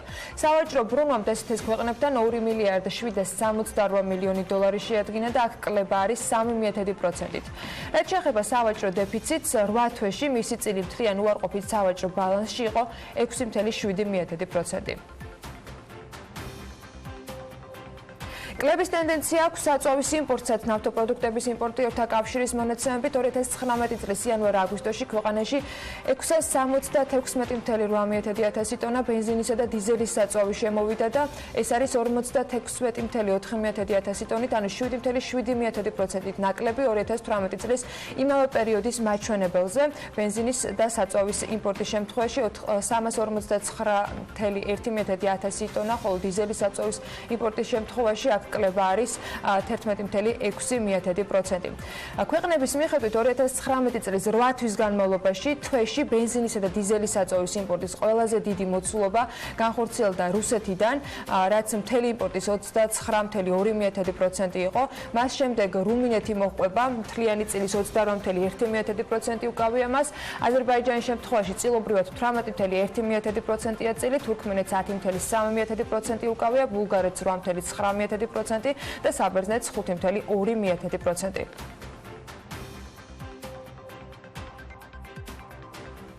ევროპის რეკონსტრუქციისა და განვითარების ბანკი თბილისისათვის 50 მილიონი ევროს ოდენობის სესხის გამოყოფას განიხილავს. ეს თანხა თბილისის საზოგადოებრივი ტრანსპორტის განახლებისთვის იქნება განკუთვნილი. ამ თანხით დედაქალაქს დამატებით ავტობუსები უნდა შეემატოს, ავტობუსები კი იქნება 12 მეტრიანი. დაფინანსების დამტკიცების შემთხვევაში თბილისი თანხას 2 ტრანშად მიიღებს, თავდაპირველად 35 მილიონი ევროს მოცულობით, ხოლო შემდეგ დამატებით კიდევ 15 მილიონი ევროს მოცულობით. თანხა თბილისის სატრანსპორტო კომპანია კომპანიას გადაეცემა. თანხის გამოყოფა კი პროექტის მწვანე ქალაქის კონცეფციის ფარგლებში ხდება. EBRD-ის დაფინანსებით ახალი ავტობუსების შეძენა თბილისსა და ბათუმში ეტაპობრივად უკვე განხორციელებულია.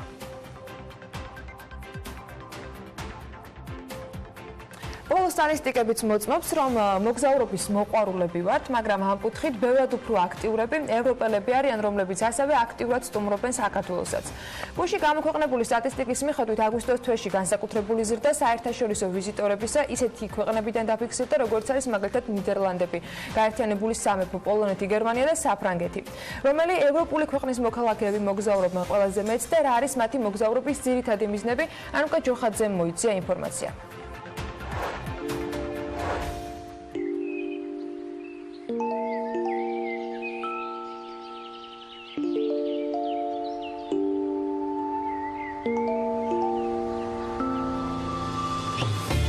ევროპაში მოგზაურობა ბევრი სოცნება უკვე აღარ არის. ხშირად გეგმავთ ჩვენი შვებულების გატარებას ამ კონტინენტზე, რომელიც ერთბაშად ზღვასაც და მთასაც აერთიანებს. იმის მიუხედავად, რომ ევროპელებს შორს წასვლა სულაც არ უწევთ, რომ კომფორტული დასვენება მოიწყონ, მაინც ბევრს მოგზაურობენ. მოგზაურობის კუთხით ლიდერობას არავის უთმობენ შვედები, რომელთა მოსახლეობის 85% ერთხელ მაინც არის ნამყოფი ევროკავშირის გარეთ. მათი მოგზაურობის სიხშირეს ნორვეგიის საზღვართან სიახლოვე განაპირობებს. ამიტომ შვედებისთვის სირთულეს არ წარმოადგენს ნორვეგიაში ვიზიტი.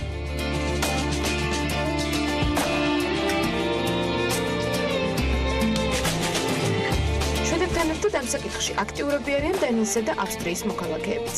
დანიაში მცხოვრები ადამიანების 75% და ავსტრიის მოსახლეობის 70% ასევე ხშირად მოგზაურობს ევროკავშირის ქვეყნებს გარეთ.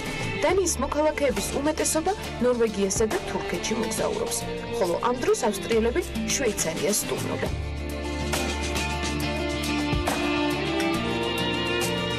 ხშირად მოგზაურობენ ფინელებიც, რომლებიც სიახლოვის გამო ყველაზე ხშირად ვიზიტით რუსეთსა და ნორვეგიაში ჩადიან. მიზეზად კი ძირითადად სამუშაო ვიზიტები სახელდება. ირლანდიის მოქალაქეების 60%-იც მოგზაურობს. ისინი საქმიან და არასაქმიან მოგზაურობას ძირითადად ლონდონსა და ნიუ-იორკში გეგმავენ. ბრიტანელები კი მზის მოყვარულები აღმოჩნდნენ და ყველაზე ხშირად სწორედ ზღვის სანაპიროებისკენ მიიჩქარიან.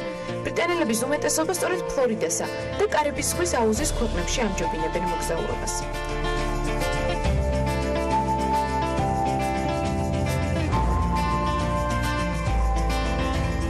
შეეხება იმ ქვეყნებს, რომლებსაც აკმაყოფილებთ ის გარემო, სადაც ცხოვრობენ და ყველაზე ნაკლებ დროს სხვადასხვა ქვეყნებში მოგზაურობას უთმობენ.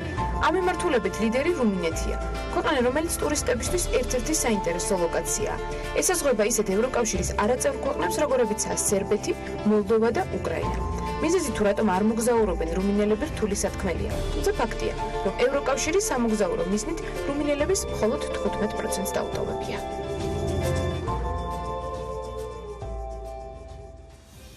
ვერ მოგზაურობას გისურვებთ, მაგრამ იქამდე საქართველოში და ქართულ რეალობაში უნდა ვიყოთ. საქართველოს პარლამენტმა იუსტიციის სამინისტროს მომზადებული კანონპროექტი დაამტკიცა, რომელიც სოციალურად დაუცველების, პენსიონერების, ომისა და თავდაცვის ძალების ვეტერანების, არასრულწლოვანების, შეზღუდული შესაძლებლობის მქონე პირების, მარტოხელამშობლებისა და დევნილების ადმინისტრაციული სახდელისაგან ერთჯერადად გათავისუფლებას ითვალისწინებს.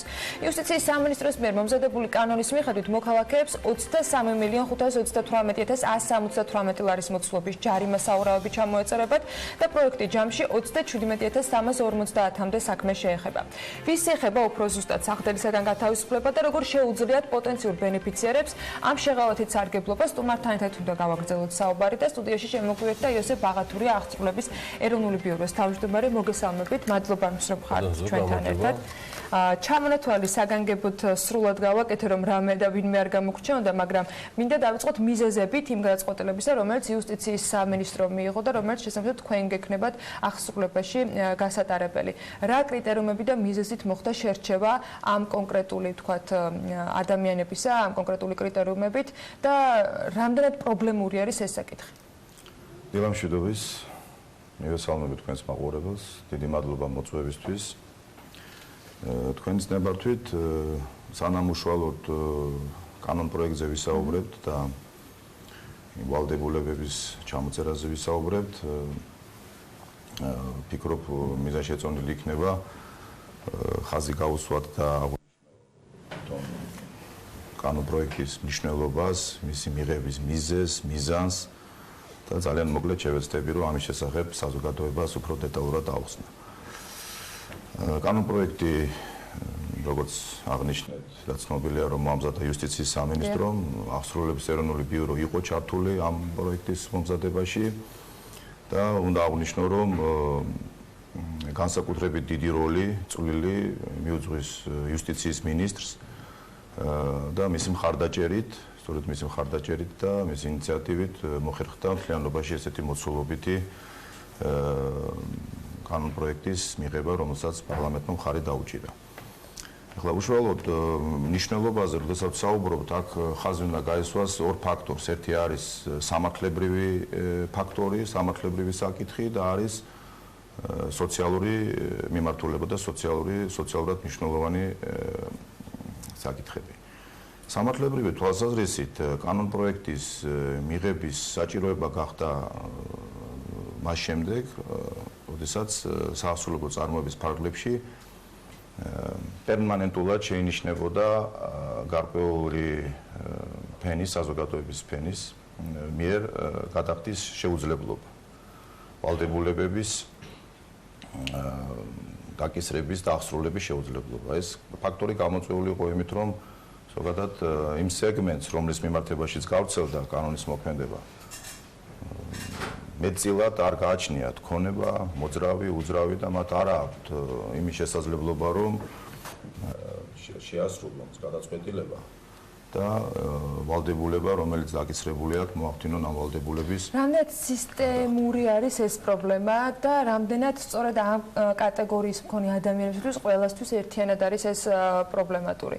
რის მიხედვით შეირჩა კატეგორიები და რატომ ეხება ყველა მიმართულებას? თავისთავად სოციალური, თქვათ, აქტი მნიშვნელოვანია, კარგი, ამის საწინააღმდეგო შეიძლება არავის არაფერი ქონდეს, მაგრამ მაინტერესებს ანუ სტრუქტურას თქვენ რის მიხედვით აწყობთ და იუსტიციის სამინისტროსთან რა კონსულტაციები იყო ამაზე?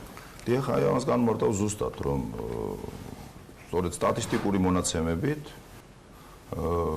ქონდა მონაცემები იმასთან დაკავშირებით, რომ სწორედ აი ამ სეგმენტს, აი ამ ნაწილს, საზოგადოების იმ ნაწილს, იმ ფენას ქონდა მძიმე მდგომარეობა ამ თვალსაზრისით და ეს იყო პერმანენტული ხასიათი, იყო საქმეების დაგროვების ფაქტი იმისათვის, რომ ვერ ხდებოდა აღსრულება.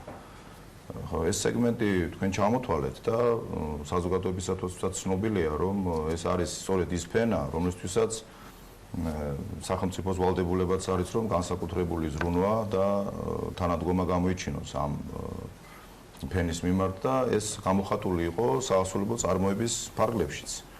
შესაბამისად, ეს იყო ერთი სამართლებრივი მხარე, ამას კიდევ ემატებოდა ის, რომ ზოგადად წარმოების ფარგლებში ძალიან მნიშვნელოვანია, რომ დაცული იყოს ორივე მხარის ინტერესი, მათ შორის მოვალე მხარის ინტერესი და ზოგადად თუ კი გავითვალისწინებთ იმას, რომ ევროპის საბჭოს რეკომენდაციები, რომელიც წევრი ქვეყნებისთვის ყველასთვის სავალდებულო არის რეკომენდაცია საავსრულებო წარმოების მიმართებაშიც, რომ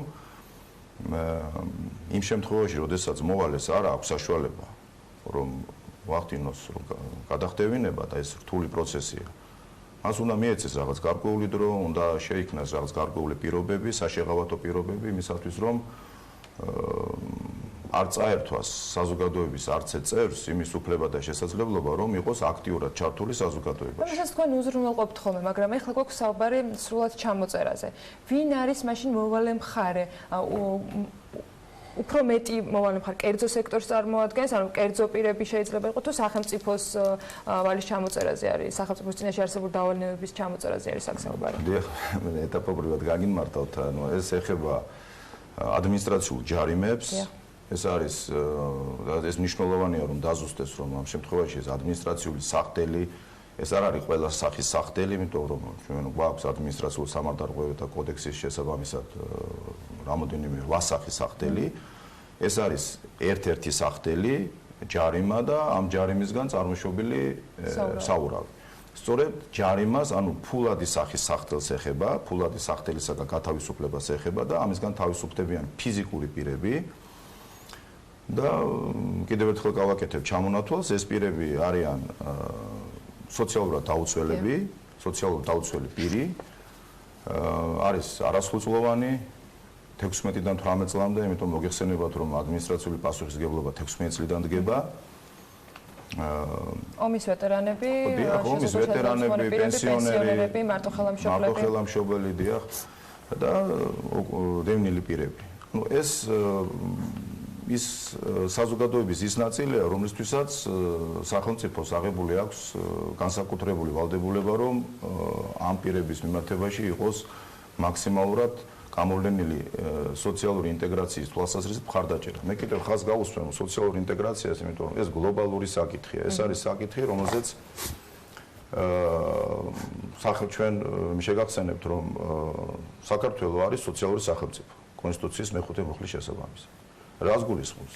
სოციალური სახელმწიფოს ვალდებულება არის, რომ განახორციელოს ხშირ შემთხვევაში სოციალური პროექტები, სოციალური სოლიდარობა გამოხატოს, სოლიდარული მხარდაჭერა გამოხატოს და ეს სოლიდარული მხარდაჭერის და სოციალური ინტეგრაციის განხორციელება საზოგადოებაში გულისხმობს აი გარკვეული უთანასწორობის, რომელიც არსებობს ყველა საზოგადოებაში, მაქსიმალურად ცდილობას, რომ შემცირდეს ეს უთანასწორობა და მაქსიმალურად ხელი შეუწყოს. კიდევ ერთხელ ვამბობ, რომ საზოგადოების ყველა წევრს მიუხედავად მათი სოციალური მდგომარეობისა, რომ მათ ჰქონდეთ სრული საშუალება იმისა, რომ ჩაერთონ საზოგადოებრივ აქტიურ ცხოვრებაში და იყვნენ აქტიური წევრები. მიუხედავად იმისა, რომ ერთჯერადად,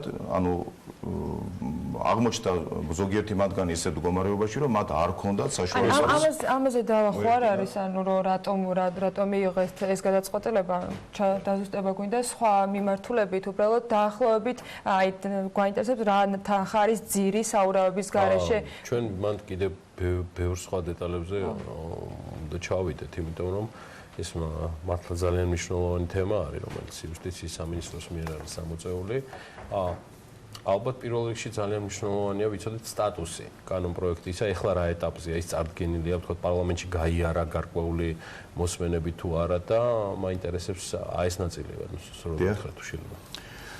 კანონპროექტი, რომელიც იყო წარდგენილი პარლამენტში, სამივე მოსმენით პარლამენტმა მხარი დაუჭირა, დამტკიცებულია იმ ფორმით, რა ფორმითაც მიღშეტანილი იყო, განსაკუთრებული ცვლილებები არ მოხდა. არ არის განსაკუთრებული ცვლილებები, მე დეტალებთან დაკავშირებით თუ მომეცემა საშუალება, იქ დათქმები, როგორც ჩვეულებრივად მოსალოდნელია, რომ პრეზიდენტი ხელმოწერილია უკვე? ჯერ არ არის ხელმოწერილი, გადაგზავნილია ხელმოსაწერად და როგორც კი კანონპროექტს ხელი მოეწერება და გამოქვეყნება საკანონმდებლო მასში, შევა ძალაში და ჩვენ როგორც აღმასრულებელი ორგანო აქტიურად ჩავერთვებით საახსრულებო პროცესში და დათქმების შესაბამისად მოხდება იმ პირთა მიმართ საქმეების შეწყვეტა, რაც გულისხმობს მათი მოვალეთა რეესტრიდან ამოღებას, მოვალეთა რეესტრის რეგისტრაციის გაუქმებას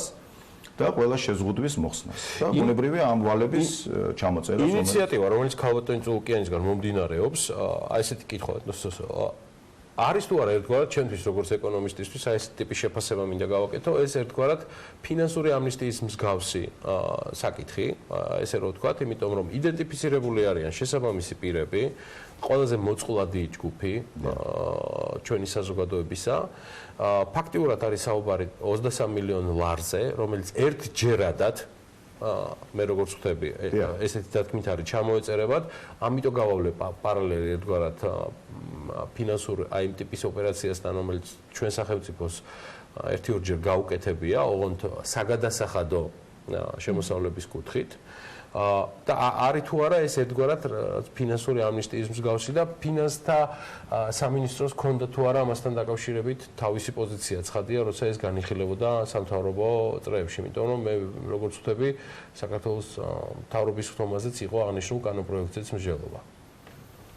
დიახ, ეს ბუნებრივი პროცესია, როდესაც მანამ სანამ მოხდება პარლამენტში ინიცირება კანონპროექტის, ბუნებრივია მთავრობაზე ხდება კონსულტაციები, მე უშუალოდ ამ კონსულტაციებს მთავრობაზე არ დავსწრები ვარ, მაგრამ რეალურად ვინაიდან გატანილი იქნა პარლამენტში და იყო თანხმობა ამასთან მიმართებაში, ეს გულისხმობს იმას, რომ საწინააღმდეგო პოზიცია არ ქონდა არავის და ალბათ ჩემი შეხედულებით არც უნდა ყოფილიყო, იმიტომ რომ კიდევ ერთხელ ვამბობ, ეს არის სოციალური ინტეგრაცია კოოპერაციის კლასიკური გამოხატულება იმისათვის, რომ საზოგადოების იმ ნაწილს, რომელსაც აქვს ძალიან მძიმე მდგომარეობა და მათ არ შეუძლიათ დღევანდელი მდგომარეობით, მათი დღევანდელი შემოსავლებით, მათი დღევანდელი არსებობის პირობების გათვალისწინებით, რომ გადაიხადონ ის ვალი, რომელიც მათ აქვს ამავე დროს ისინი არიან იძულებითი პროცესში მიმდინარეობს მათ მიმართ იძულებითი ღონისძიებები, ისეთი როგორიც არის მოვალეთა რეესტრში ყოფნა, ისეთი როგორიც არის ყადაღის გავრცელება საბანკო ანგარიშებზე და ასე შემდეგ. ეს აი რომ წარმოვიდგინოთ პრაქტიკულ დინამიკაში არის ძალიან რთული პროცესი იმისათვის, რომ მოქალაქეს, ანუ პირს ერთმევა საშუალება იმისა, რომ როგორც თქვენ ბრძანებთ, იყოს ჩართული, თქვათ, გარკვეულ ბიზნეს პროცესებში, ან თუნდაც წამოიწყოს ბიზნეს პროცესები, იმისათვის, რომ შემდგომ მოახდინოს გარკვეული გადახდევინება. ხო, გადახდევინება რომ მოახდინოს, ამისთვის საჭიროა, რომ რაღაც გარკვეული შემოსავალი მოვიდეს და თუ კი არ მიეცა აი ამ სეგმენტს იმის საშუალება, რომ მან სრულყოფილი საზოგადო წევრის სახით ჩაერთოს ამ პროცესებში და კონდეს საშუალება იმისა, რომ მიიღოს აქტიური მონაწილეობა და კონდეს უნარი შემდგომში მომავალში იმისათვის, რომ საჭიროების შემთხვევაში ვალი გადაიხადოს, საჭიროების შემთხვევაში ჩაერთოს, თქვა ბიზნეს პროცესებში. ანუ არის თუ არა ნაფიქრი, ან ხარ თუ არა თქვენ შემდეგი საქმის კურსში, რომ აქტი, რომელსაც სახელმწიფო ქალბატონი პრეზიდენტის ხელმოწერის შემდეგ განახორციელებს და იმედია რაიმე კიდე იქ სხვა ხელმოწერის გარდა არ იქნება, ღმერთმა დაგვიფაროს, აღარ მოხდება აი ამ ტიპის დავალიანების დაგროვება, რადგან რისი თქმა მინდა თქვენ გამიგებთ, ეკონომიკური მდგომარეობა ჩვენი სამწუხაროდ არ უმჯობესდება. მეტიც ვითარება ამ კუთხით არ არის ისეთი ზრდა, რომ ჩვენ მეორე მხრივ ჩვენ ამოვიკითხეთ კანონპროექტში, რაც თქვენ წარმოგიდგინეთ, რომ ის არის ერთჯერადი აქტი. ცალსახად პოზიტიური ნაბიჯი, რომელიც უზარმაზარ რაოდენობის ადამიანს ამ ყველაფრისგან ათავისუფლებს. რასაც სავარაუდოდ ჩემი მონაცემებით მე რაც დავინტერესდი ოქტომბრიდან თქვენ დაიწყებთ იდენტიფიცირებას და შესაბამისად ამ ადამიანების ამ შეზღუდვებიდან ამოღებას, მაგრამ ხომ არ არის მან საფრთხე მორიგი, რომ არა 23 მილიონი ან 24 მილიონი, არამედ ჩვენთვის და თქვენთვისაც არაგანჭვრეტადი მორიგი დავალიანების დაგროვება მოხდეს. რაიმე ამ ტიპის სახალისით და მე მინდა რომ იმ დათქმებზეც ვისაუბროთ, რაზეც თქვენ საუბრობთ. მე მესმის თქვენი შეკითხვის შინაარსი, ახლა პროგნოზირება იმისა მომავალში ანალოგიურ სეგმენტს ან ანალოგიურ ჯგუფს პირებს ექნება თუ არა, წარმოეშვება თუ არა კიდევ რაიმე დავალიანება, ანუ დავალიანების წარმოეშვება შევთანხმდეთ იმაზე, რომ ეს არ არის თლიანად ბუნებრივი პროცესი. ეს გამომდინარეობს მიზეზობრივი, ანუ აქ ჩვენ საუბრობთ სამართალ დარღვევაზე და სამართალ დარღვევიდან წარმოქმნილ ვალდებულებაზე. ანუ მოდი ესე შევთანხმდეთ, რომ პირი, ანუ პრევენციული ხასიათიც აქვს ამ ღონისძიებას, ეს არ არის მხოლოდ ის, რომ ერთჯერადად განთავისუფლდა, ამას აქვს პრევენციული ხასიათი და ეს ზოგადად ძალიან ბევრ ევროკავშირის წევრ ქვეყნებში არის ჩვეულებრივი პრაქტიკა, ანუ ერთჯერადად შეღავათების განხორციელება, ვალის პატიება, გულისხმობს საახსრულებო წარმოების ფარგლებში. ოღონდ შესწავლისა და კონკრეტულად იმ პირებთან მიმართებაში, რომლებსაც კრიტერიუმებს აკმაყოფილებს კრიტერიუმებს, რომლებსაც არ გააჩნიათ დანამდვილებით და ამის შესაბამისი მტკიცებულებები არსებობს, რომ არ გააჩნიათ ვალდებულების შესრულების საშუალება და შემდგომ უკვე ხდება გარკვეული გაწყვეტილების მიღება. ანუ მოცემულ შემთხვევაში პროგნოზირება იმისა, რომ ეს შეიძლება ვინმე განმეორებითად მოიმოქმედოს ამის ხელახლა დაჭირდეს ამის ინიციირება რაღაცა პერიოდის შემდეგ. მე მესმის, რომ ძალიან რთული საპროგნოზოა, მაგრამ სოციუმი, რისთვისაც ამ ნაბიჯს ჩვენ ვდგავთ, უბრალოდ მე არ მინდა, რომ ისინი იყვნენ დარწმუნებული, რომ ეს ნაბიჯი კეთილშობილური რომელსაც სახელმწიფო დგამს, ეს არ მინდა გახდეს კატალიზატორი იმისოთ, რომ თქვენ აბსოლუტურად სწორად ბრძანეთ. იმ მიზეზ-შედეგობრივ კავშირს დამდგარს კონკრეტული საქმიდან გამომდინარე, მე და თქვენ ვერ გავჭრეთ ვერც მის სტატისტიკას.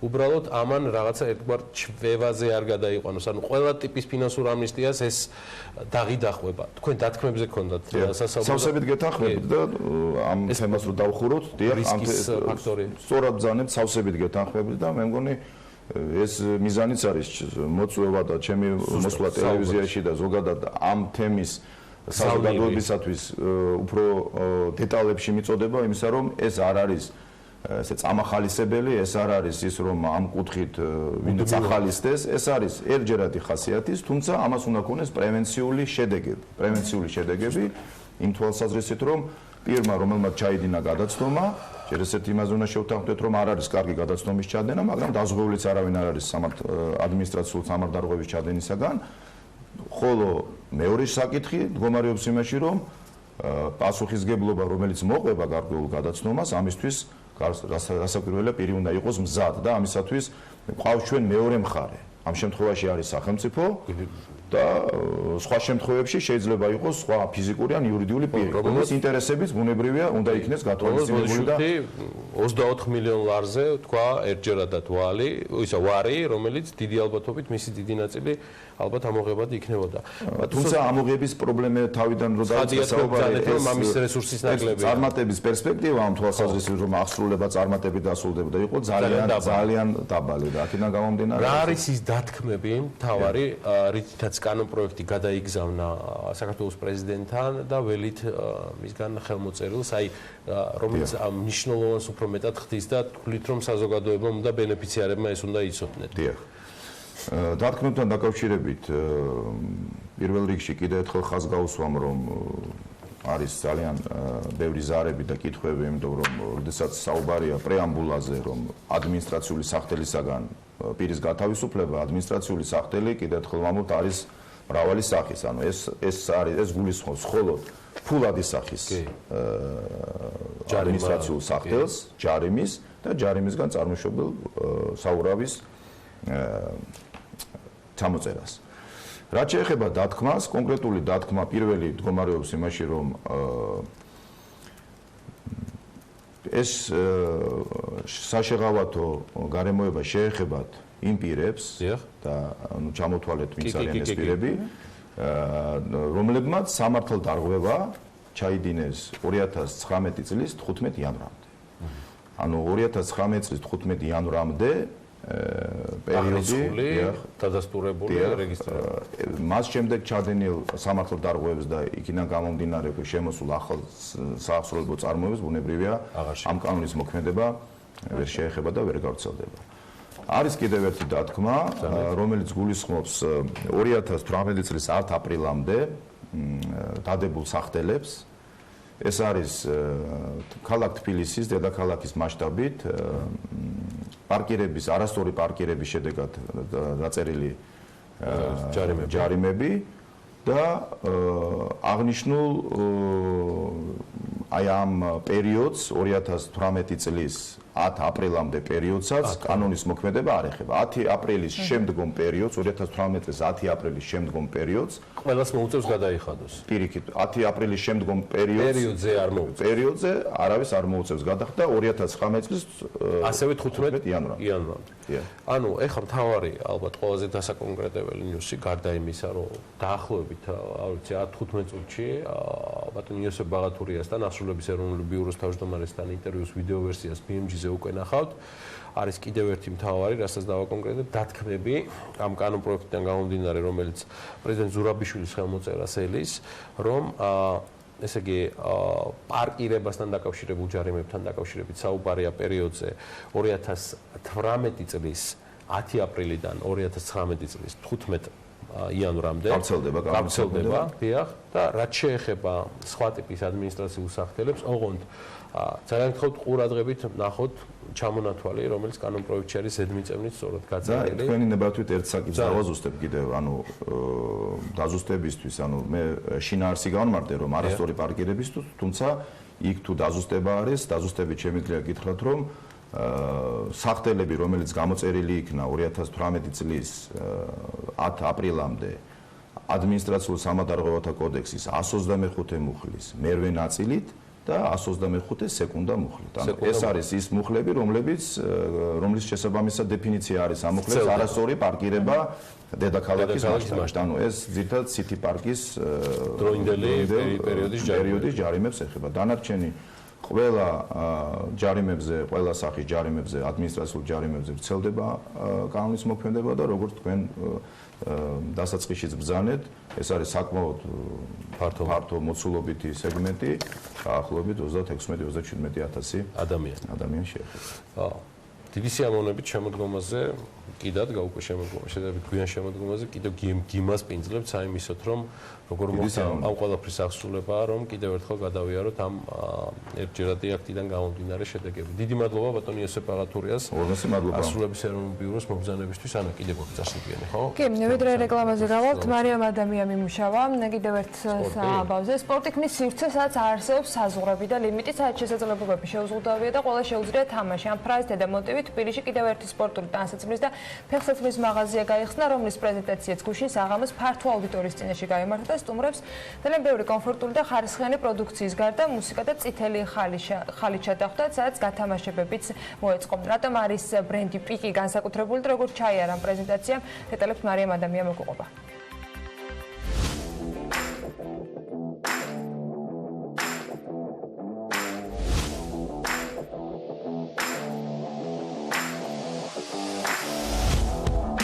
მე შემიძლია თამაში. სპორტი არის ყველასთვის და შესაძლებლობებს საზღვარი არ გააჩნია. ასეთია ბრენდ პიკის მთავარი ფრაზა და მიზანი, რომელიც თავისი პროდუქციით ყოველდღიურად ევროპის სხვადასხვა ქვეყანაში და ახლა უკვე საქართველოშიც ამტკიცებს, რომ სპორტი ქმნის სივრცეს, სადაც არ არსებობს ლიმიტი.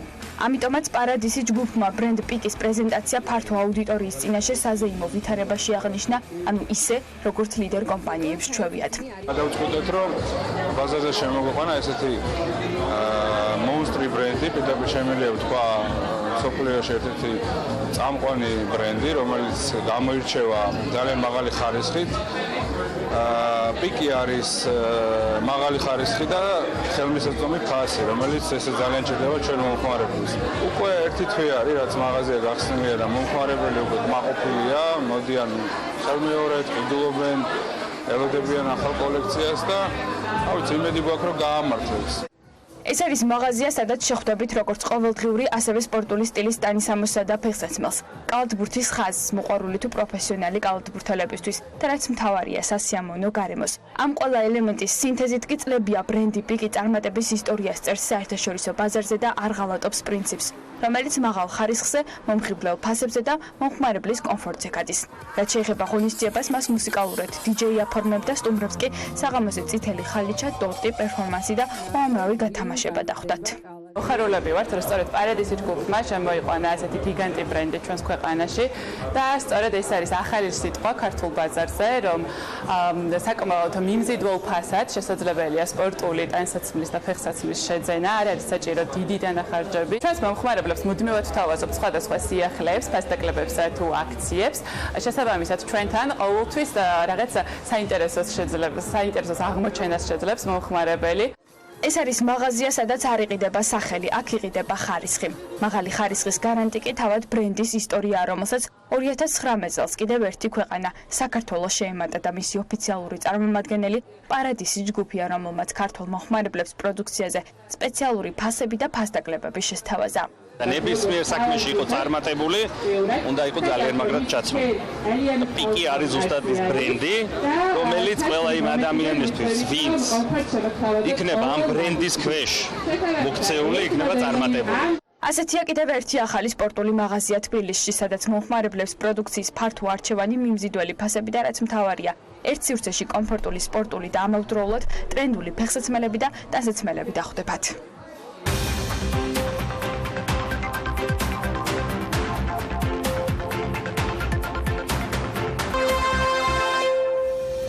აფხაზეთის საოკუპაციო გამყოფი ზოლის მიმდებარე სოფლები საწარმოების გასახსნელად დაფინანსებას მიიღებენ. შესაბამის ხელშეკრულება საპარტნიორო ფონდმა და USAID ზრდამხედი ენგურის ხიდთან 600 მეტრში სავაჭრო ცენტრ უხიმულში მოაწერეს. პროექტ საპარტნიორო ფონდისა და შვილობილი კომპანია სტარტაპ საქართველოს განახორციელებს. სტარტაპები, რომლებიც საკუთარ ბიზნესს საოკუპაციო გამყოფი ზოლის მიმდებარედ აწარმოებენ, USAID ზრდას საპარტნიორო ფონდისაგან მიღებულ დაფინანსებას გაუორმაგებს და გრანტის მოცულობა ჯამში იქნება $500,000.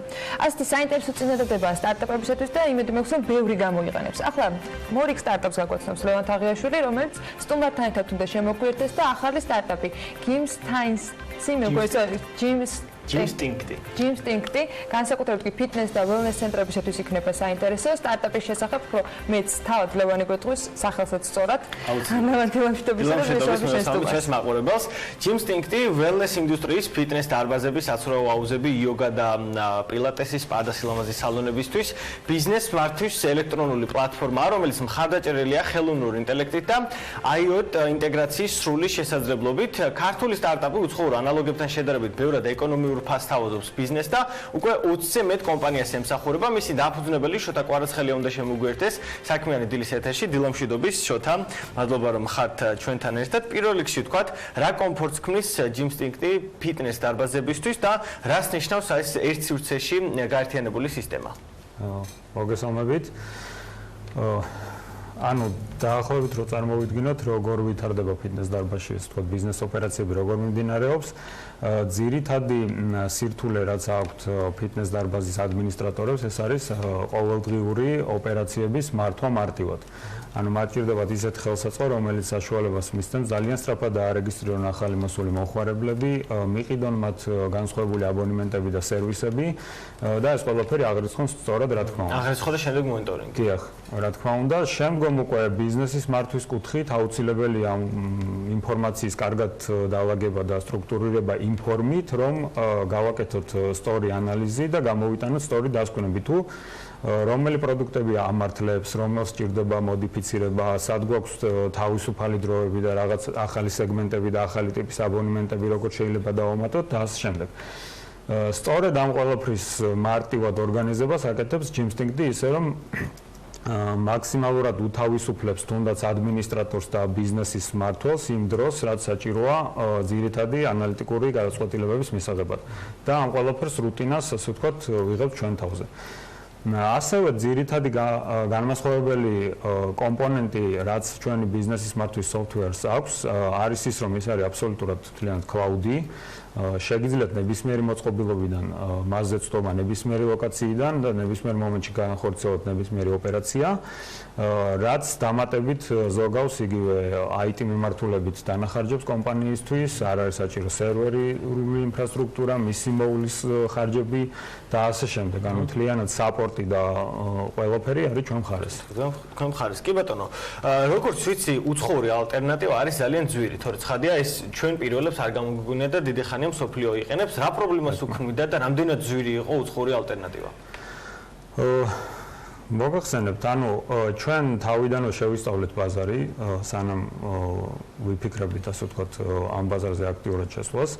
როგორც აღმოჩნდა, არსებობს მათ შორის რაღაც cloud გადაწყვეტილებები, რომლებსაც ჰქონდათ რამოდენიმე პრობლემა. ნუ პირველ რიგში ეს იყო ის, რომ ისინი არიან ძვირადღირებული და მხოლოდ თუნდაც საქართველოში წავთ კლიენტები, მაგრამ ძალიან მცირე რაოდენობით. მეორე პრობლემა ის იყო, რომ ძირითადად ეს კომპანიები დაფუძნებული იყვნენ ძველ არქიტექტურაზე, რომელიც 10 წლის წინ შექმნეს და მხოლოდ მას ავითარებდნენ. გამომდინარე იქიდან, რომ ასე ვთქვათ, ტექნოლოგიებში ძალიან სწრაფად ვითარდება და შემოდის ახალი გადაწყვეტილებები, ჩვენ დავიწყეთ სრულიად ახალი მიდგომების გამოყენება და შესაბამისად ჩვენი სისტემა უფრო ეფექტურია და ნაკლებ რესურსებს მოითხოვს. აი, დაახლოებით რო კონდეს მაყურებელს წარმოდგენა, აი ფასის სხვაობასთან დაკავშირებით რა ფასად შეიძლებოდა საერთაშორისო და თქვენი შეთავაზება რა არის ამ შემთხვევაში? დაახლოებით აი ყველაზე ასე ვთქვათ გამოჩენილი კონკურენტი რო ავიღოთ, მასთან შედარებით ჩვენი გადაწყვეტილება დაახლოებით გამოდის 5-ჯერ იაფი. ასევე ჩვენ გვაქვს სასტარტო მინიმალური პაკეტი. ანუ ფაქტია, ბოდიში შოთა გაწყვეტინებ, ფაქტი არის, რომ ნებისმიერ ასე ვთქვათ, არ მხოლოდ მსხვილ ფიტნეს კლუბებს, არამედ წვრილ მოთამაშეებსაც შეუძლია თქვენი გამოყენება და აი ამ კომფორტის შექმნა მოხმარებლებისთვის, ასე გამოდის, ხო? იმიტომ რომ აქამდე ფიზიკურად არ შეეძლოთ ამხელა თანხის გადახდა. ნამდვილად, სწორად შენიშნე ლევან, სწორედ ის სეგმენტი, რომელიც არის მცირე და საშუალო ფიტნესი და ველნეს ინდუსტრია და ეს არის ამ ინდუსტრიის კომპანიების დაახლოებით 84% მთელ მსოფლიოში. ამ კომპანიებზე არ მუშაობდა არავინ და სწორედ ამიტომ დავინტერესდით, ეს არ არის მარტო საქართველოს გათვლილი პროდუქტი, ჩვენ ველაპარაკებით ევროპელ პარტნიორებს. და ექსპორტის ბაზრებზე სად ხედავთ მთავარ, ასე ვთქვათ, აი ობიექტებს, სადაც შეიძლება დაინტერესება გამოხატონ ქვეყნებმა. დიახ, შევისწავლეთ ბაზრები, მით უმეტეს ანუ განსაკუთრებით საუბარია ევროპა, ამერიკა, ჩრდილოეთ ამერიკის მიმართულება. და როგორც აი სტატისტიკა აჩვენებს, ეს 84% ძირითადად არის მცირე და საშუალო ბიზნესი ველნესში. ველაპარაკებით ახლა კონკრეტულად ევროპულ პარტნიორებს, რომლებიც ეხმარებიან მსგავს სტარტაპ კომპანიებს, გაყიდონ თავიანთი ბიზნეს გადაწყვეტილებები.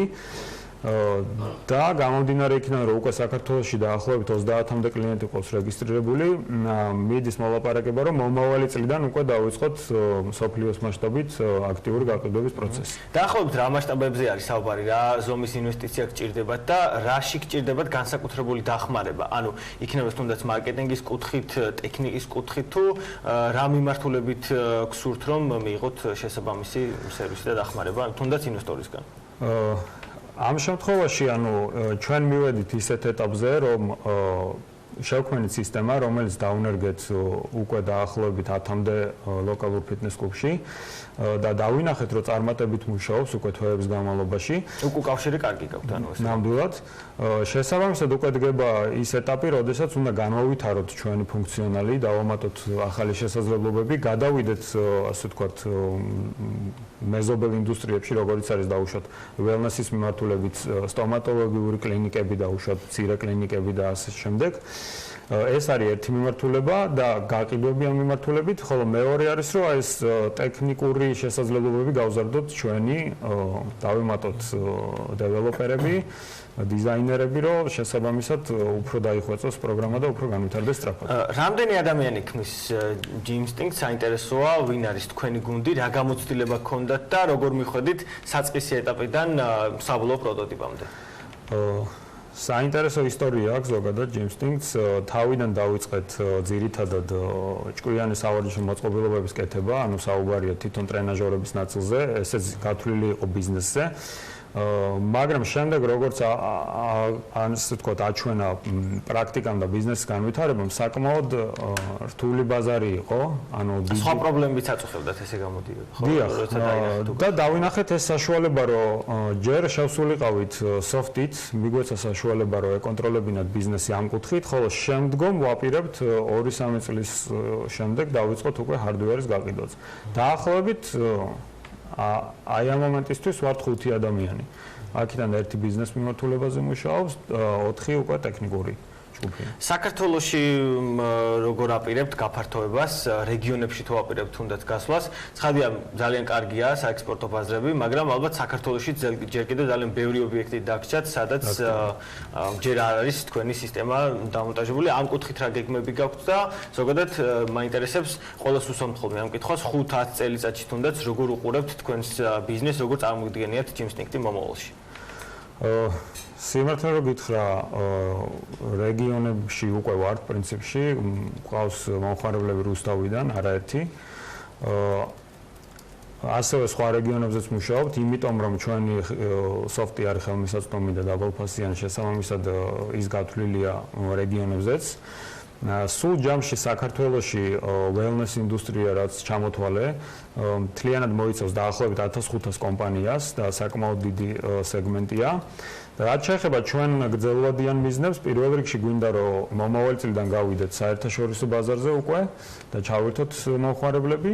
და რაც შეეხება უფრო გრძელვადიანს, დაახლოებით ასე ვთქვათ 5 წლის თავზე ჩვენ გვინდა უკვე განვავითაროთ hardware-ის ნაწილი, რაც ჭკვიან სავარჯიშო მოწყობილობას. კარგი, წარმატებები მოკლედ, რამდენიმე წუთში ცხადია ჩვენს Facebook გვერდზე გავანათასებთ თქვენს ვიდეოს და თქვენ საკონტაქტო ინფორმაციასაც მივუთითებთ, იმიტომ რომ დარწმუნებული ვარ, ბევრ მცირე თუ საშუალო ბიზნესს და ფიტნეს კლუბს გაინტერესებს თქვენი მომსახურება. წარმატებები და დარწმუნებული ვარ, რომ ერთ-ორ წელიწადში აუცილებლად შევხვდებით უკვე საერთაშორისო ბაზრებზე. Საერთოდ მივადენებ თავს ყველა იმ ეტაპს, რომელსაც გაევრის კომპანია.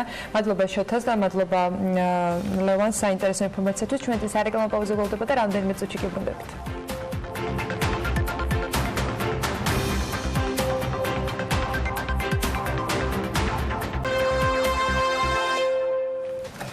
Bitfury პროდუქციის ფასების ონლაინ გამოქვეყნებას იზღავს. ეს პირველი შემთხვევა, როდესაც კომპანია საკუთარი პროგრამული უზრუნველყოფისა და სხვა სახის ინფრასტრუქტურის ფასს მომხმარებელს უკვე ონლაინ შესთავაზებს. ახალი სერვერი კლარკი ბაზაზე არის შექმნილი და განახლებული სერვისით ის მომხმარებლებს აძლევს შესაძლებლობას, რომ ვებ-გვერდით დაუკავშირდნენ Bitfury-ს და გაყიდვების წარმომადგენლებისგან მიიღონ დამატებით ინფორმაცია და შედეგად შეიძინონ პროდუქცია. როგორ მუშაობს ეს სქემა, რას ნიშნავს უკვე ამ ფორმით თანამშრომლობა კერძო სექტორთან და დაინტერესებულ მხარეებთან. ეფრემ ურუმაშვილთან ფინანსისთან ვიწყებთ საქმიანი დილის ეთერში საუბარს. დილა მშვიდობისა. მოგესალმებით. გიხილეთ უკვე საქმიანი დილის ეთერში. მადლობა დაპატიმრებისთვის. მას ბიზნეს სტატუსი დაიბრუნოთ. მithumetes ასეთი საინტერესო ამბები გვაქვს. რას ნიშნავს ეს განაცხადი? მეტყოლებს თუ არა ეს მოთხოვნაზე და რეალურად მსოფლიოსგან მიმღებლობაზე იმ უკვე ახალი ეტაპზე, რომელზეც Bitfury 10 წელზე მეტია მუშაობს ფაქტობრივად და დღეს მივიდა უკვე იმ ეტაპამდე, როდესაც გადადის. ხო, აი რატო არის ონლაინ გაყიდვების სქემის კომუნიკაციის საჭიროება? მოდი ჯერ ცოტა ასე ვთქვათ წარსულს გადავალოთ თვალი, რა ხდებოდა თვითონ ციფრული ფულის ბაზარზე და როგორ ვითარდებოდა ბიტკოინის ფასი ბოლო 6 თვის განმავლობაში და სტაბილურდა ასე ვთქვათ ბიტკოინის ფასი და მერხეობს $10,000 ფარგლებში, ან ცოტათი მეტი, ან ცოტათი ნაკლებია. ფაქტია, რომ ბაზარზე გაჩნდა უკვე სტაბილური მოთხოვნა ბიტკოინის გამომუშავებაზე, ანუ მაინინგზე და ჩვენმა კომპანიამ Bitfury-მ გადაწყვიტა გაეწია ისეთი უმსხვილესი ჩინური კომპანიებისთვის კონკურენცია, რომლებიც არიან დომინანტები ამ ბაზარზე და უშუალოდ ახდენენ ამ ბაზრის ბრჭყალებში მონოპოლიზაციას თავიანთი რესურსებიდან გამომდინარე. ჩვეულებრივად პირდაპირი აქსესი ჩვეულებრივ მომხმარებლებს როგორც წესი არ აქვთ ხოლმე მაინინგის ასე ვთქვათ იმ ასე ვთქვათ ტექნიკაზე რომელიც იმუშავებს მაინინგს, ანუ ამუშავებს მაინინგს და ეს ტექნიკა როგორც წესი განლაგებულია აზიაში, უნდა ჩახვიდე შეხვდე ქარხანას ან რომელიმე მსხვილ მომწოდებელს და ელაპარაკო. მოკლედ პროცესი არის საკმაოდ რთული. ან თუ მარტივად არის სწომადი ეს პროცესი, რომ იყიდო რაიმე სახის ICK, რაიმე სახის ასე ვთქვათ მაინინგი სერვერი, ეს არის მეორადი რიგ შემთხვევებში და არის უკვე მოძველებული როგორც ტექნოლოგიურად, ასევე ფიზიკურად. Bitfury-მ გადაწყვიტა რომ შესული იყო ანუ SME ბიზნესი, ანუ მცირე და საშუალო სეგმენტში, ოღონდ არა უშუალოდ რიტეილის კუთხით, არამედ აი უფრო ასე ვთქვათ ფართო შეკვეთების კუთხით. შესაბამისად გააჩინა პლატფორმა, სადაც SME ბიზნესი პირდაპირ შედის, უკვეთავს და Bitfury-ს მიერ მისი დიზაინით, რომელიც არის ერთ-ერთი საუკეთესო მსოფლიოში, როგორც ჩიპები, ასევე სერვერები და IC-ები, აქვთ საშუალება უკვე პირდაპირ შეიძინონ Bitfury-სგან ეს ტექნოლოგია, რომელიც არის საუკეთესო, რომელიც არის სრულიად ახალი და რომელიც არის ფიზიკურადაც ახალი. ანუ Bitfury-მ გადაწყვიტა თამაშის წესები დაერღვია, ასე ვთქვათ, მსოფლიო ბაზარზე, ის რომ დომინანტი კომპანიები არიან ჩინური უმსხვილესი კომპანიები და მათზე წტომა პირდაპირ არის საკმაოდ რთული ჩვეულებრივი მომხმარებლისგან, ანუ SME ბიზნესიდან. მან ეს შესაძლებლობა მისცა. ამ შემთხვევაში Bitfury-მ გააჩინა ფანჯარა, სადაც შეგიძლია ონლაინ რეჟიმში გააკეთო განაცხადი, გადაიხადო ფული და კონკრეტულ დროში მიიღო ეს ტექნოლოგია. ეს არის ერთ-ერთი წინ გადადგმული ნაბიჯი. Bitfury-ს მსგავსი ასეთი ონლაინ შეთავაზება ფაქტობრივად დღეს ამ სფეროში არ არსებობს და ეს იყო ინოვაცია, რაც მოკლედ თქვენს გააჩნიათ. და ამას ყველაფერს კლარკის ბაზაზე. რა თქმა უნდა, ეს არის Bitfury-ს, ასე ვთქვათ, Bitfury-ს წარმოებული ჩიპები, დადიზაინერებული და შექმნილი კლარკის ბაზაზე არსებული IC-ები, რომელიც არის ერთ-ერთი ინოვაციური და ერთ-ერთი საუკეთესო მძლავრი, ასე ვთქვათ, ტექნოლოგია დღეს არსებული პლატფორმა. კარგი, Bitfury-ს ინდიკაცია ჩვენი სატელევიზიო პაუზის პერიოდში ასევე ხდება კლაუშობის დაოსის ფორუმიდან გამომდინარეც, ანუ Bitfury-ს ინდიკაცია იდეაში მოხდარი არის მიყოლებიდან გამომდინარე თვითონ ბლოკჩეინ ტექნოლოგიების მე მგონი ლამის ხა სრული ვერ ვიტყვი მე რატომ უნდა ვთქვი, მაგრამ ლეგიტიმაციით ერთგვარად, ანუ ამ ტექნოლოგიებისადმი ძალიან ისეთი ხაზგასმული პატივისცემით და აღიარებით და მეორე მხრივ Bitfury-ს იქვე ხდება სიაში და ჩამონათვალში. გიორგი, მადლობა, ეს კარგი, ასე რომ ვთქვათ, ინფორმაცია რო აღნიშნე. ჩვენ შეიძლება თანაბრად ვთქვათ, რომ Bitfury ჩამოყალიბდა როგორც კლაუს შვაბის მსოფლიო ეკონომიკურმა ფორუმმა განაცხადა, ტექნოლოგიურ კომპანიებში პიონერ კომპანიად. ანუ Bitfury აღიარებულია მსოფლიო ეკონომიკური ფორუმის მიერ პიონერ ტექნოლოგიურ კომპანიად მსოფლიოში.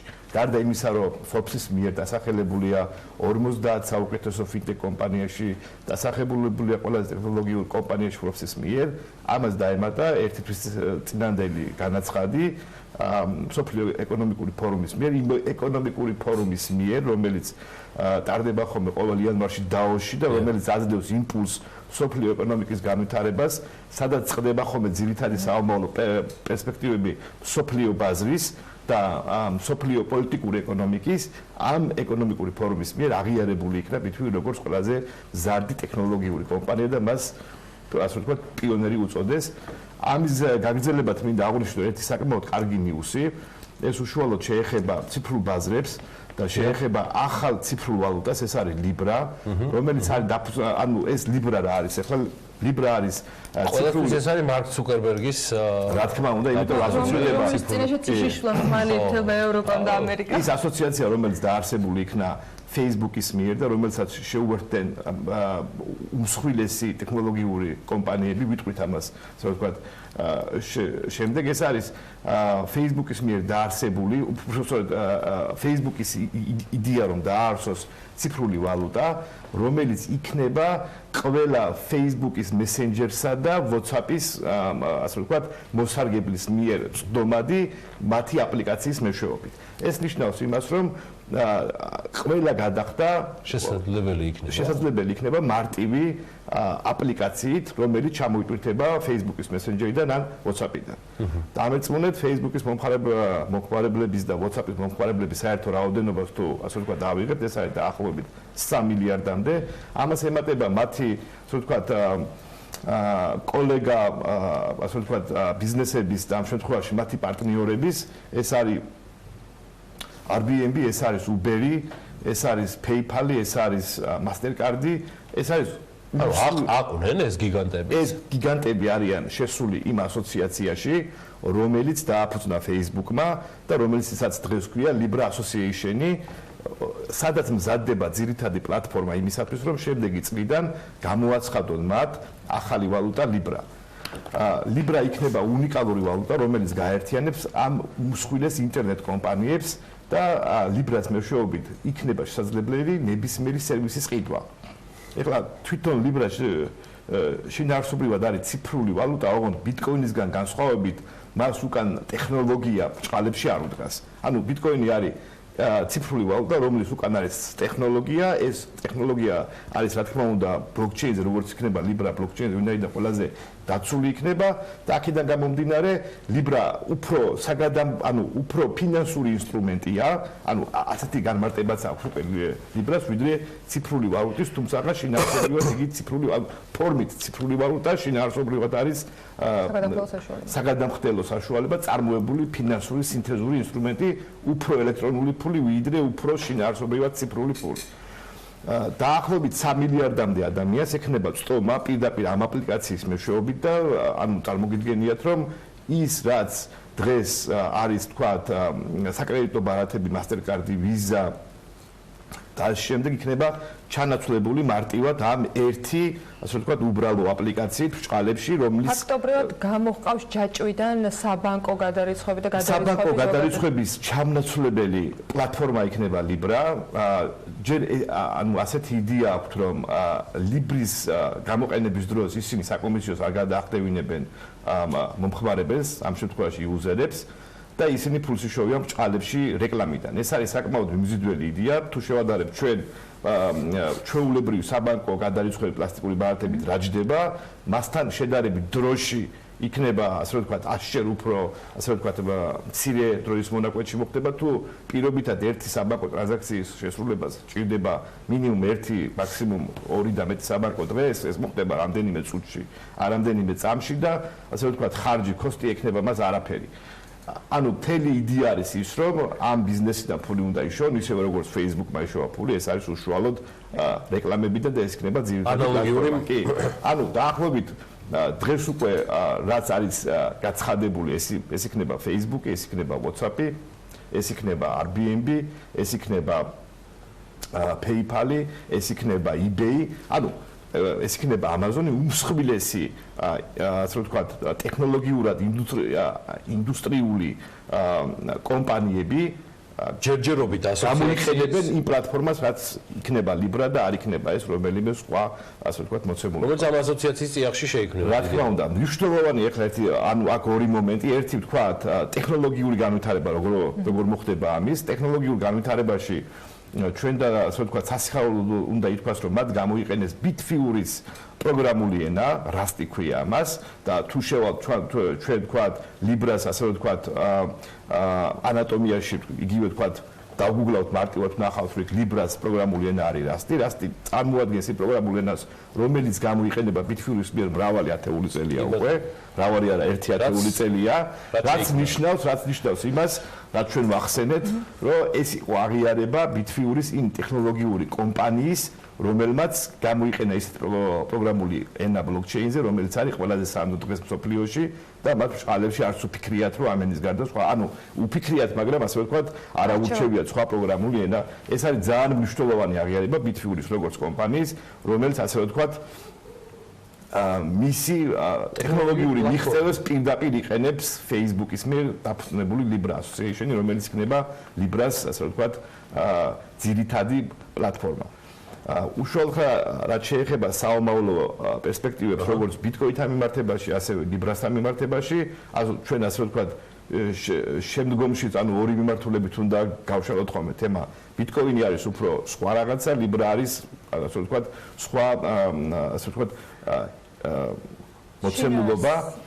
პირველი რაც მინდა აღვნიშნო, საკმაოდ დიდი წინააღმდეგობა შეხვდა თვითონ ამერიკაში და კონგრესში და ასევე სენატში Libra-ს გამოჩენას პირდაპირ მნიშვნელობით მათ მოუწოდეს მარკ ცუკერბერგს რომ თუ მას უნდა ბანკის გაკეთება აიღოს მან ლიცენზია და ისე გააკეთოს ბანკი, თუმცა მარკმა დაუბრუნა მათ პასუხი რომ იგი არ აპირებს ბანკის გაკეთებას და იგი აპირებს ციფრული ფულის შექმნას, რაზეც მას ასე ვთქვათ ამ მოცემულობაში და იმ კანონმდებლობაში რაც ამერიკაში არსებობს, არ არსებობს ასე ვთქვათ შემდგომი ფაქტორები, თუმცა როგორც მოგეხსენებათ, მარკი არის ჭკვიანი კაცი და მან დააფუძნა მეორე სათა ოფისი, ეს არის ჟენევაში, შვეიცარიაში და იგი არ გამორიცხავს, რომ თქვათ Libra-ს უკან ან იქნება დოლარის ნომინირებული, ასე ვთქვათ, მხარდაჭერა, ან იქნება ევროს მიერ ნომინირებული მხარდაჭერა, ან შესაძლოა განიხილონ ფუნტის მიერ ნომინირებული მხარდაჭერა. ანუ ასე ვთქვათ, მარკ ცუკერბერგი მთელი ასე ვთქვათ თავისი ყველა ასე ვთქვათ საშუალებით იბრძვის რომ ის პროექტი რასაც ქვია Libra გაიტანოს და გახადოს ყველაზე მიმზიდველი ციფრული ვალუტა მსოფლიოში, რაც რა თქმა უნდა ცალსახად შეცვლის თამაშის წესებს მსოფლიო ასე ვთქვათ ეკონომიკურ არქიტექტურაში, ვინაიდან ეს იქნება უნიკალური რამ Bitcoin-ისგან განსხვავებით, ვინაიდან პირდაპირ აქსესი ექნება 3 მილიარდ ადამიანს Libra-ზე, განსხვავებით იმის, რომ დღეს Bitcoin-ზე და ციფრულ ვალუტებზე აქსესი ნაკლებია, იმიტომ რომ ბევრი საბანკო რეგულაციები და ბევრი რეგულაციები უშლის ამას ხელს, რომ გახდეს ასე ვთქვათ ცდომადი. ეხლა რაში მდგომარეობს უშუალოდ Libra-ს ასე ვთქვათ value, ანუ ფასი მდგომარეობს იმ კომპანიებში, რომლებიც ბჭყალებში ასაპორტებენ ამ პროექტს, ეს არის უმსხვილესი ტექნოლოგიური კომპანიები, ასე ვთქვათ, პირველ ათეული რომ ჩამოთვალოთ, პირველი ათეულივე მოხდება. წარფლი რომ Facebook-ის კრიპტოვალუტა რო იყო, უკვე ძალიან სერიოზული ამბავი იყო და სერიოზული აი ტექტონიკური ცვლილებები გამოიწვია. გიორგი, ცალსახად შეიძლება ითქვას, რომ მხოლოდ Facebook-იც აწევდა ბჭყალებში ამ თემას, მაგრამ ეს არის მოცემულობა, როცა არა მარტო Facebook-ი, არამედ ყველა ის გიგანტი ინტერნეტი პლანეტა. კი, ეს არის მთელი, ასე ვთქვათ, პლანეტა, რა თქმა უნდა. სადაც არის მოცემული ყველა მსხვილი მოთამაშე, რომელიც უშუალოდ ქმნის ამინს ციფრულ ეკონომიკაში. ეს არის 21 საუკუნის, ასე ვთქვათ, საომავლო პერსპექტივა ციფრული ეკონომიკა. დღეს უშუალოდ ეს კომპანიები უკუთვნიან ამ ყველაზე მსხვილ პორტფელს, რომლებიც განაგებენ ამ ეკონომიკის ალბათ 90%-ს და საომავლო პერსპექტივაში მთავრობებს ეს უნდა თუ არ უნდათ, კონგრესში უნდა თუ არ უნდათ, ალბათ იმ ასე ვთქვათ მოცემულობაში იქნებიან, რომ ამას ანგარიში გაუწიონ. ის ღირებულება, რაც ექნება Libra-ს, იქნება უშუალოდ, ასე ვთქვათ, ამ კომპანიების პლუს საკმაოდ კარგი განცხადება გააკეთა დევიდ მარკუსმა Libra-ს ერთ-ერთმა, ასე ვთქვათ, დირექტორმა, რომ იგი ელოდება, რომ სოფლიოს ცენტრალური ბანკებიც მიიღებენ, ასე ვთქვათ, რაციონალურ გადაწყვეტილებას Libra-ს, ასე ვთქვათ, Libra-სთან მიმართებაში. კი, ვინაიდან Libra-ს შეძენა მოხდება უშუალოდ, ასე ვთქვათ, ფულით. ეს იქნება დოლარი, ან ევრო, ან პაუნდი, მნიშვნელობა არ აქვს. ანუ თვითონ კონვერტაცია მოხდება ჩვეულებრივად, როგორც ვთქვათ, პირობითად ევროთი ყიდულობ დოლარს, ან დოლარით ყიდულობ პაუნდს, აქაც ესე იქნება ნებისმიერი ცნობადი ვალუტით შენს, ასე ვთქვათ, ბარათზე შეიძენ ამ ციფრულ ვალუტას შენს აპლიკაციაში არსებული, ასე ვთქვათ, მონაცემების გამოყენებით. ცალსახაა რომ Libra არის მომავალი და ცალსახაა აშკარად რომ ციფრული ვალუტები არის ჩვენი მომავალი, უშუალოდ მინდა შევეხო ახლა Bitcoin-ის, ასე ვთქვათ, Bitcoin-ის და ციფრული ბაზრების საომავლო განვითარების პერსპექტივებს. ის რაც მოხდა გასული 6 თვის განმავლობაში იყო საკმაოდ კარგი გამოცდა ამ ბაზრისთვის, ბაზარი დასტაბილურდა, აღარ არის ასე ვთქვათ რყევები ამ ბაზარზე, ასე ვთქვათ, ისეთი არსებითი აღარ არის. და დაახლოებით 8 თვეში მაისში $10,000 ნიშნული შეიძლება თუ არა რომ რაღაცა ახალი აი ახლა ცოტა ფინანსისტურ ენაზე გადავიდეთ. არის თუ არა რაღაცა ახალი ფსკერივით, ახალი ნიშნული Bitcoin-ის ისტორიაში, რადგან ვოლატილობა რეალურად ამის ფარგლებში არის ახლა და რაღაცა სტაბილურად არის შედარებით რამდენი თვეა.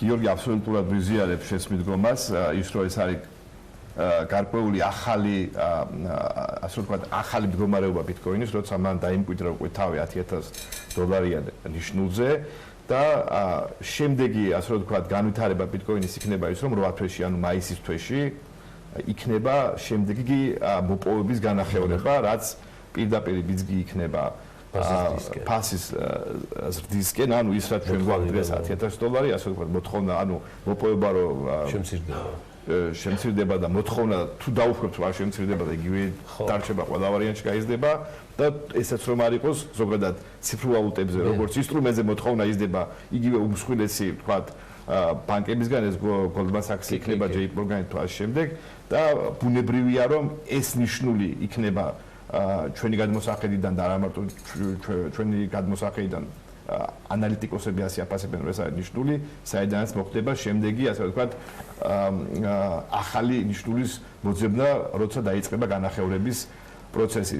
საკმაოდ, ასე ვთქვათ, საინტერესო არის რა ხდებოდა წინა განახევრებებზე და თუ ექნება დრო, ასე ვთქვათ, შემდეგ გადაცემებში ეს ასე ვთქვათ, ამ თემის განხილვა ექნება საკმაოდ არსებითი, რომ დავინახოთ რა პროცესები ახდა ხოლმე თან. ასე ვთქვათ, განახევრებამდე და განახევრების შემდეგ ბაზარს. და ამნიშნულოვანი. ზუსტად ორ კვირაში რემი ურომაშვილს კვლავ უმასპინძლებთ ან გიმასპინძლებთ ის თქვენ, თუ ჩათვლით საჭიროთ შესაბამის სტუმართან ერთად საიმისოთ, რომ სიახლეები კრიპტოსამყაროში და ასევე ფინანსურ სამყაროშიც გაგვაცნოს. მადლობა ეფრემ ურომაშვილს ჩვენთან ერთად ყოფნისთვის. და ნაწილობრივ საომავლო პერსპექტივაზე ვისაუბრებთ, ოღონდ ცოტა ციფრულ ვალუტებს გავცდებით, ჯერჯერობით ტრადიციული ვალუტის ანაზღაურებით მიღებულ შემოსავალზე უნდა ვისაუბროთ. ყველა სურს, რომ მიიღოს მაღალი ანაზღაურება და პერსპექტიული სამუშაო ადგილი, რომელიც კარიერული განვითარების შესაძლებლობას გვაძლევს, თუმცა ამისთვის მოთხოვნად პროფესიასთან, პროფესიონალისთან და განათლებასთან ერთად აუცილებელია, რომ გაგიმართლოთ და ისეთ კომპანიაში მოხვდეთ, სადაც საუკეთესოდ აფასებენ თანამშრომლის უნარჩვევებს. Glassdoor-ის ექსპერტებმა კი 2019 წლის ანგარიში გამოაქვეყნეს სწორედ ამ მიმართულებით, რომელმაც ის კომპანიები გააერთიანა, რომლის თანამშრომლებს სოფლიოში ყველაზე მაღალი ხელფასი აქვთ. ბევრისთვის საოცნებო სამუშაო ადგილებზე, ანუკა ჯოხაძე მოგუყვება, ანუკა დილა მშვიდობისა და სანამ კომპანიებზე გადავთ, იქამდე აუცილებლად ნაკითხო Glassdoor-ის რეიტინგში მოხვედრილი კომპანიების შემთხვევაში რამდენი იყო საშუალო წლიური ანაზღაურება დაახლოებით. დილამშვიდობისა, ანა გიორგი. Glassdoor-ის რეიტინგში მოხვედრილ კომპანიებში ანა საშუალო წლიური ანაზღაურება დაახლოებით 130,000 ამერიკული დოლარია. კომპანიების ჩამონათვალი დარწმუნებული ვარ ჩვენი მაყურებლისთვის უკვე კარგად ნაცნობია, თუმცა ამ რეიტინგის საშუალებით არც თუ ისე ნაცნობ კომპანიებზეც მოისმენ, სადაც დასაქმებულები ანაზღაურებით დიდი ალბათობით კმაყოფილები არიან. მსოფლიოში ყველაზე მაღალი ხელფასები აღმოჩნდა, რომ ამერიკულ IT კომპანია Palo Alto Networks-ია, სადაც დასაქმებულები წლიურად საშუალოდ 170,930 ამერიკული დოლარის გამომუშავებას ახერხებენ. ეს რაც შეეხება ანაზღაურებას, ანუ საშუალო ანაზღაურებას, მაგრამ არ მგონია უინტერესო იყოს მენეჯერულ პოზიციებზე მომუშავე ადამიანებს რამდენი აქვთ ანაზღაურება. გიორგი, ყველაზე მაღალ ანაზღაურება თანამშრომელს Palo Alto Networks-ში წლიურად 261,000 ამერიკული დოლარი აქვს ანაზღაურება. მეორე ადგილს კი კვლავ ამერიკული კომპანია იკავებს, ჩვენთვის კარგად ნაცნობი კომპანია Nvidia-ს თანამშრომლები წლიურად ანაზღაურების სახით საშუალოდ 170,000 ამერიკულ დოლარს იღებენ. თუმცა საინტერესოა ის, რომ Nvidia პირველ ადგილოსამ Palo Alto Networks მხოლოდ საშუალო ანაზღაურების ოდენობით ჩამორჩება. თუმცა Nvidia-ში ყველაზე მაღალი ხელფასი Palo Alto Networks-გან განსხვავებით ბევრად უფრო მაღალია და ის წლიურად 472,000 ამერიკულ დოლარსაც კი უტოლდება. სამეულშია ყველასთვის ცნობილი სოციალური ქსელი Twitter-ი, სადაც საშუალო ანაზღაურება 162,850 ამერიკული დოლარია. ანუ ბოლო წლების განმავლობაში რაც არაერთხელ გავცელდა Twitter-ის შესახებ ინფორმაცია, რომ იქ რაღაც მენეჯმენტი თანამშრომლების შემცირებას აპირებდა, მოკლედ თუ გაქვს ინფორმაცია ამის შესახებ ამ ეტაპზე Twitter-ში რამდენი ადამიანი მუშაობს და არის თუ არა რაღაცა რანგირება, ყველაზე მაღალი ანაზღაურება აი ამ კონკრეტულად Twitter-ის შემთხვევაში რამდენია? გიორგი, გასული წლის მონაცემებით Twitter-ში 3,900 თანამშრომელი მუშაობს. მათგან კი ყველაზე მაღალი ხელფასი დაახლოებით 274,000 ამერიკული დოლარი ფიქსირდება. Twitter-ის შემდეგ კი მეოთხე ადგილს კომპანია Gilead Sciences იკავებს. ამერიკული ბიოფარმაცევტული კომპანია 1987 წელს ჩამოყალიბდა და მომხმარებელ სხვადასხვა სახის პრეპარატებს თავაზობს. ამ ფარმაცევტულ კომპანიაში წლიური საშუალო ანაზღაურება 162,000 ამერიკულ დოლარს აჭარბებს, ხოლო ყველაზე მაღალ ანაზღაურებადი თანამშრომლის ხელფასი წლიურად 411,000 ამერიკულ დოლარსაც კი აღწევს. ხუთეულშია ბევრისთვის საოცნებო სამსახური Google. ფერადი ავეჯი, კომფორტული სამუშაო სივრცეები და თანამშრომლებზე მორგებული პირობები ყველასთვის კარგად ნაცნობია, რომ Google-ის ხელწერაა. მაგრამ ამ ყველაფერს აღმოჩნდა, რომ მაღალი ანაზღაურებაც ემატება. Google-ში საშუალო წლიური ანაზღაურება 161,450 ამერიკული დოლარია, ხოლო ყველაზე მაღალი ანაზღაურება დაახლოებით 762,000 ამერიკული დოლარიც კი ფიქსირდება. Glassdoor-მა საერთო რეიტინგში სულ 10 საუკეთესო კომპანია გამოავლინა. ბოლო ადგილს კი ისეთი კომპანიები ინაწილებენ, როგორიცაა VMware, LinkedIn, Facebook, Salesforce და Microsoft. ათეულში მოხვედრილი ყველა კომპანია კი საინტერესოა, რომ ამერიკულია. მოკიდე ხელი ახლა აი ამ შენს ჩართვას, რომლის ვიდეო ვერსია სულ რამდენიმე წუთში იქნება BMG-ზე. და ეს არაჩვეულებრივი ჩართვა ტექსტუალურად გაანივსე BMG-ზე, რეიტინგიც გამოვა და იდეალური мотивაციაც ჩვენს მაყურებელს, რომელიც მრავლად არიან უკვე ქსელში, გაიგრძეს ამერიკულ კომპანიებში. ამ კომპანიებში დარწმუნებული. წარმოგიდგენია ხა არაერთი გვსმენია, რომ პროპორციული არჩევნების წინ კიდე კარგი ეს ხალხი არ არის. არჩევნების დირექტორი აქ ამბავი მოხდებოდა. გადაანგრევდნენ ნებისმიერ საკისეთი კომპანიები იყვნენ. ეს არის ამბავი და мотивациაა მათ შორის ამერიკულ კომპანიებში გადაბარგება. ხო, ნუ საოცარი შედეგებია რეალურად გამომდინარე იქიდან, რომ ნახე ხა თან კაპიტალიზაციის და ამდენი ამბავის მიღმა 4,000-მდე თანამშრომელი და რა мотивაციით და რა ანაზღაურებით, რა რეიტინგია საერთოდ და სულ ტექნოლოგიური კომპანიები რა, სულ არჩევები, სულ კაები და სულ Forbes-ის განველოდების ქართული კომპანიების მსგავს რეიტინგს. ხო. დაგო? Forbes-ისგან საქართველოში ქართული კომპანიების მსგავსი რეიტინგი. ხო, დაახლოებით. კარგი, ძალიან საინტერესო ამბავზე მოგვიწევს რეკლამის შემდეგ საუბარი. დღეს ტრადიციულ ფორმატს უბრუნდებით, რომელიც საქმიანი დილის წლევანდელი სეზონის დასაწყისას არ გაუკეთებია. ელენე კვანჭილაშვილი, ანალიტიკას ავტორი და Forbes-ის აღმასრულებელი რედაქტორი შემოგვიერთება რამდენიმე წუთში რეკლამის შემდეგ და შევეხებით საერთაშორისო სავალუტო ფონდის მისიის ვიზიტ საქართველოში, რომელიც დასრულდა პროტოკოლურად ისე როგორც უნდა დასრულებულიყო, მაგრამ ელენეა, რომ არ მოეხერხებინა ამაში საკუთარი ანალიტიკის ამოკითხვა და რაც თავარია, Mercedes ვერა მარტინთან ექსკლუზიური ინტერვიუს ჩაწერა. დაგველოდეთ, სულ მალე გიბრუნდებით ელენე კვანჭილაშვილთან ერთად.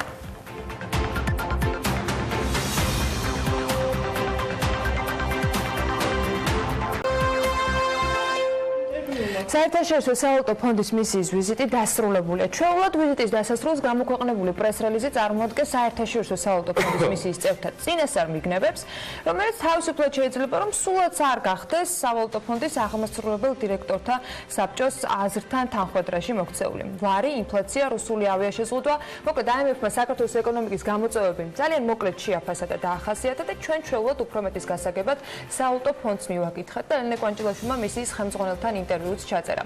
ელენე კვანჭილაშვილი გვერდება საქმიანი დილის ანალიტიკით დილის ეთერში. დილამშვიდობის, მოგესალმებით. საერთაშორისო სავალუტო ფონდის მისია ტექნიკური ვიზიტით იყო ამჯერად ჩამოსული საქართველოში. რამდენიმე საინტერესო გზავნილიც მივიღეთ, როგორც ვერსედეს ვერა მარტინმა ჩვენთან ინტერვიუში თქვა, ოქტომბერში უკვე მიმოხილვისთვის დაბრუნდებიან და სწორედ მაშინ გადაწყდება, მიიღებს თუ არა საქართველოს ტექნიკური მხარდაჭერით გათვალისწინებულ დარჩენილ თანხას, რაც დაახლოებით 60 მილიონი SD არის, ანუ დაახლოებით 84 მილიონი ამერიკული დოლარია. როგორ აჯამებთ თქვენს ვიზიტს საქართველოში და როდის აპირებთ კიდევ ჩამოსვლას?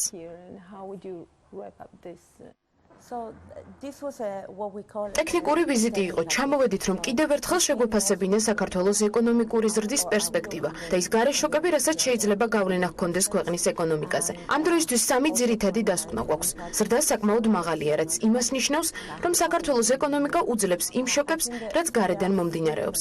ბუფერები გვაქვს.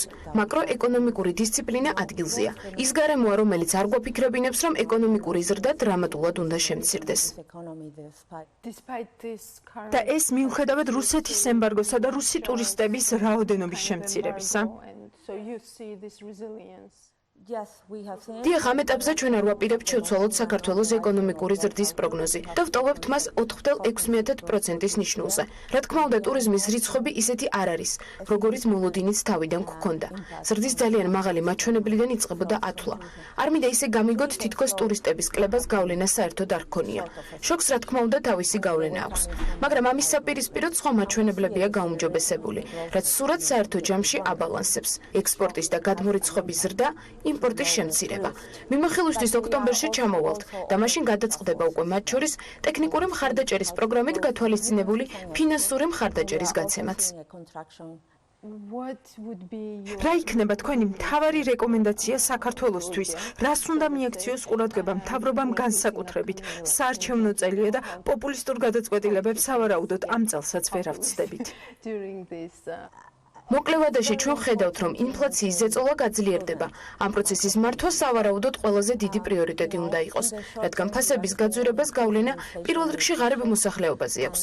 ამასთან საქართველოს უნდა განაგრძოს გონივრული მაკროეკონომიკური პოლიტიკის გატარება.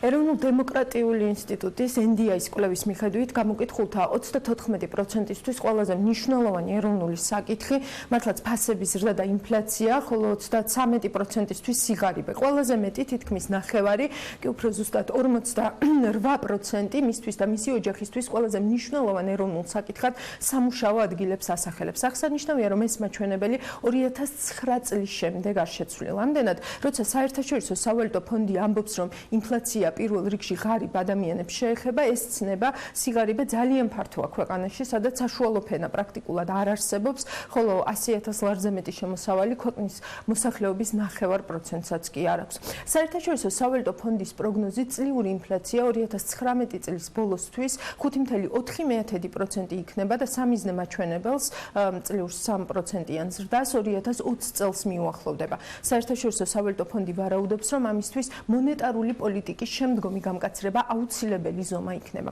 აქვე შეგახსენებთ, რომ საქართველოს ეროვნული ბანკის მონეტარული პოლიტიკის კომიტეტმა 2019 წლის 4 სექტემბერს მიიღო გადაწყვეტილება რეფინანსირების განაკვეთის 0.5% პუნქტით 7%-მდე გაზრდის შესახებ, რაც მათ შორის საბაზრო განაკვეთებზეც აისახება. საუბარია ლარში დენომინირებულ სესხებზე, უფრო მეტად ცხადია მათზე, ვინც ახლა აპირებდა სესხის აგებას, თუმცა იმ შემთხვევაში თუ ასეთი დათქმა ადრე დადებულ ხელშეკრულებებშიც იყო, სესხი ლარში შესაძლოა ძველ მსახლებლებსაც გაუწვირდეთ. ამდენად მონეტარული პოლიტიკის განაკვეთის გაზრდის გადაწყვეტილება ადვილი მისაღები არ არის, თუ გავითვალისწინებთ კიდევ რამდენიმე მიგნებას NDI-ის კვლევიდან. ბოლო 6 თვის მანძილზე ყოფილა თუ არა ისეთი შემთხვევა, რომ არ გქონდათ საკმარისი ფული კომუნალური გადასახადების დასაფარად. NDI-ის ამ კითხვას გამოკითხულთა 48%-მა უპასუხა დადებითად.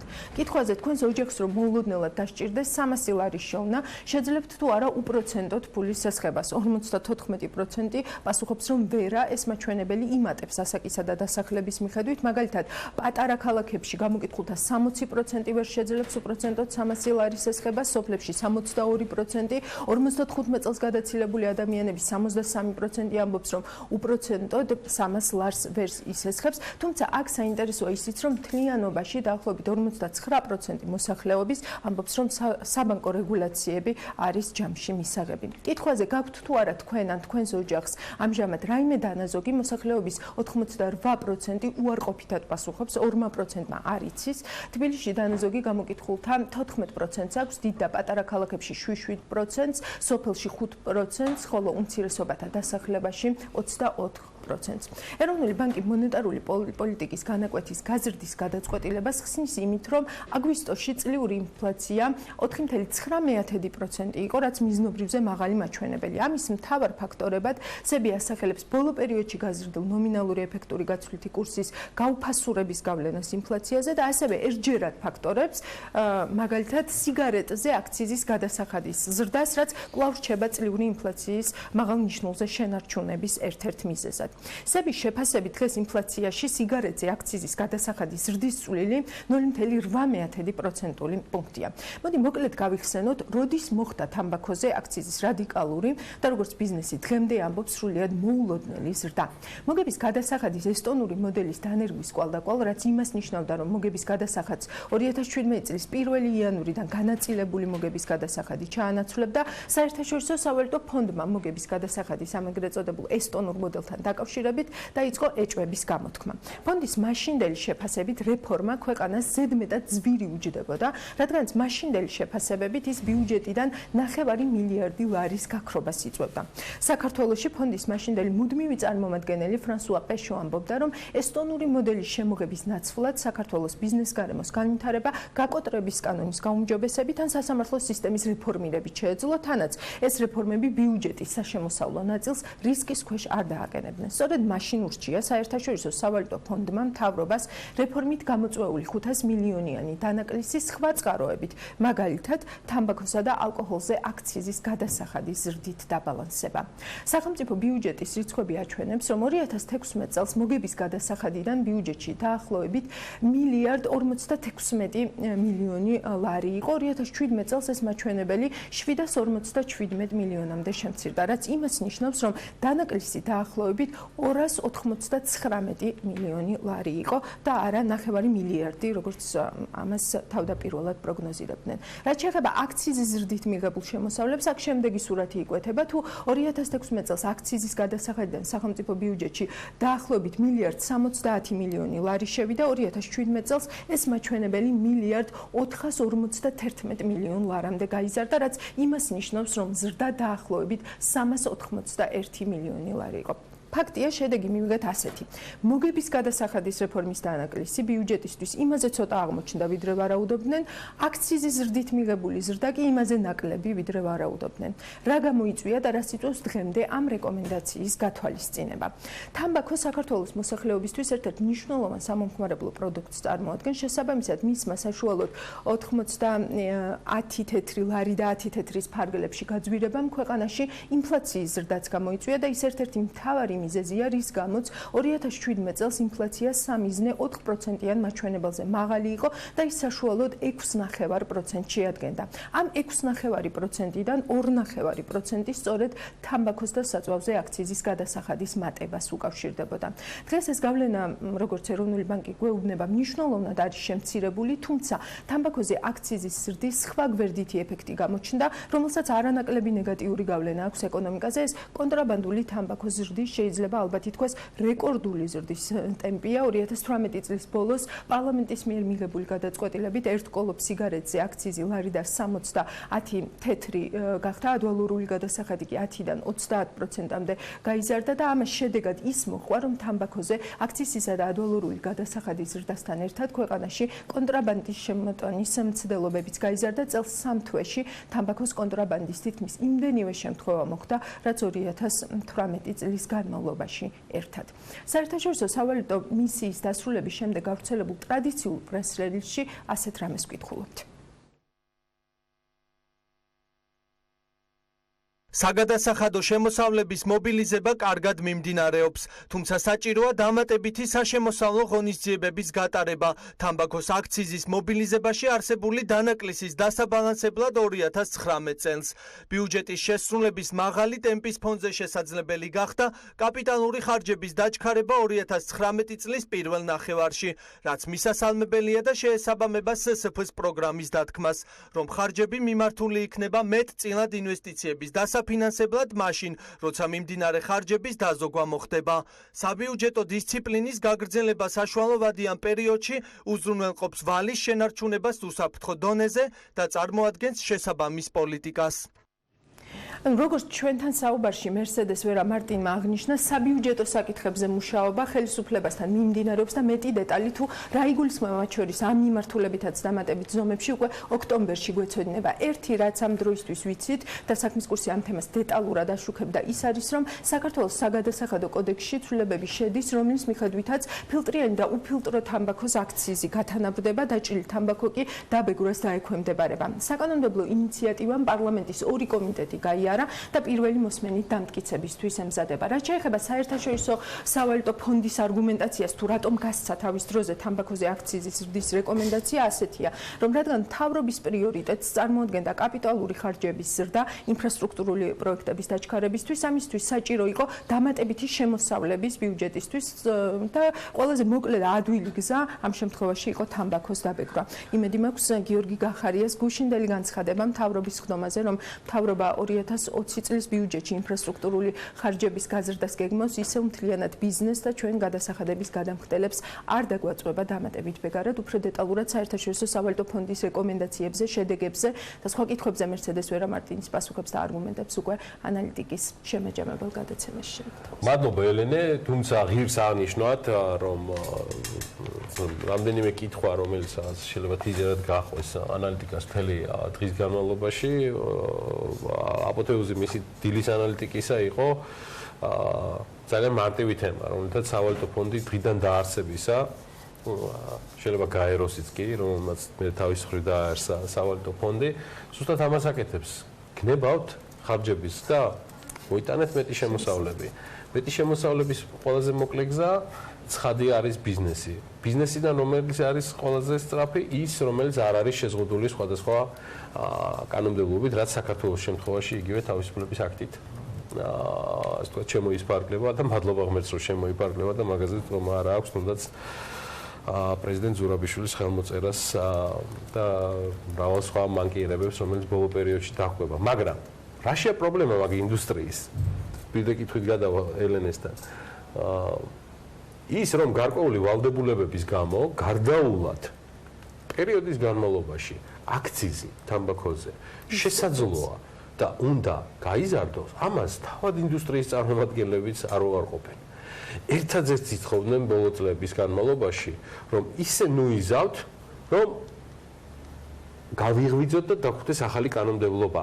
აი დაახლოებით ესე მოხდა ბოლოს ორჯერ, ორ გზის ამ გადასახადის გადახედვა სრულიად არაპროგნოზირებად ვითარებაში, რომელშიც ყოფნას არც თამბაქოს და არც ერთი ინდუსტრიის წარმომადგენლებს არ ვურჩევ.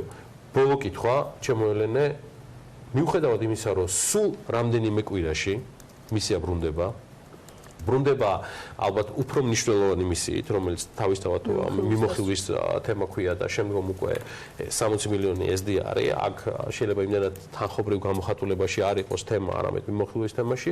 რას ფიქრობ? რა იქნება აი ეს გადამწყვეტი, რაც მათ პოზიტიურად განწყობთ მიმოხილვის შეჯამებასთან დაკავშირებით, ზუსტად აი ამ რამდენიმე კვირაში, რომელიც ფაქტია, რომ რაღაც საშინაო დავალება მთავრობას და ეროვნულ ბანკს აქვს დატოვებული. ჩემი აზრით ეროვნული ბანკის კუთხით ეს არის ფულად საკრედიტო პოლიტიკის კიდევ ზომიერი გამკაცრება. რასელი კიდევ მთავრობისგან არ მე ხوار გამომჩა რაიმე ეროვნული ბანკის შესაძლო ღონისძიებებიდან აი ამ უახლოესი კვირაების განმავლობაში, რომელიც შესაძლოა გახდეს ინდიკატორი SSP-ს მორგი მისიისთვის. ხო, ანუ გიორგი, მე ვფიქრობ, რომ მათთვის მთავარი არის რა დონეზე შენარჩუნდება ეკონომიკური ზრდის მაჩვენებელი, ეს ერთი პროგნოზის გადახედვა მოუწევთ თუ არა და მეორე რაც არის მნიშვნელოვანი არის დეფიციტი, რასაც ესე ვთქვათ უყურებს საერთაშორისო სავალუტო ფონდი. არა და დეფიციტში თუ გარღვევა. დეფიციტში გარღვევა. აი ესე ვაჟა დაზაევიჩის მოტივებით გემშვიდობებით ამ დროს ალბათ გენიალური გია ყანჩელის მელოდიებიც უნდა მიდიოდეს, რომელსაც იმედია მიამღერებენ ჩვენს ტრადიციულ მუსიკალურ ფონზე, რომელთაც ტრადიციულად და ყოველთვის გემშვიდობებით ხოლმე ანა ლაპიაშვილთან და დღეს უკვე პარასკევის დღიდან გამომდინარე ელენე კვანჭილაშვილთან ერთად, რომლის ნახვის საშუალებას დღეს კიდევ სამჯერ გექნებათ ანალიტიკა ტრადიციულად ეთერში. ორს რომ უკლია 15 წუთი, საღამოს 6 საათისკენ ასევე 15 რო უკლია 6 და ტრადიციულად 11-ს რომ უკლია 15 წუთი ღამის ეთერით შემოგთავაზებ ძალიან საინტერესო თემებს. დროებით ორშაბათს კვლავ დილას ვიწყებთ საქმიანად. შაბათ კვირა შეგიძლიათ ცოტა დაისვათ. ბედნიერი თქვენ.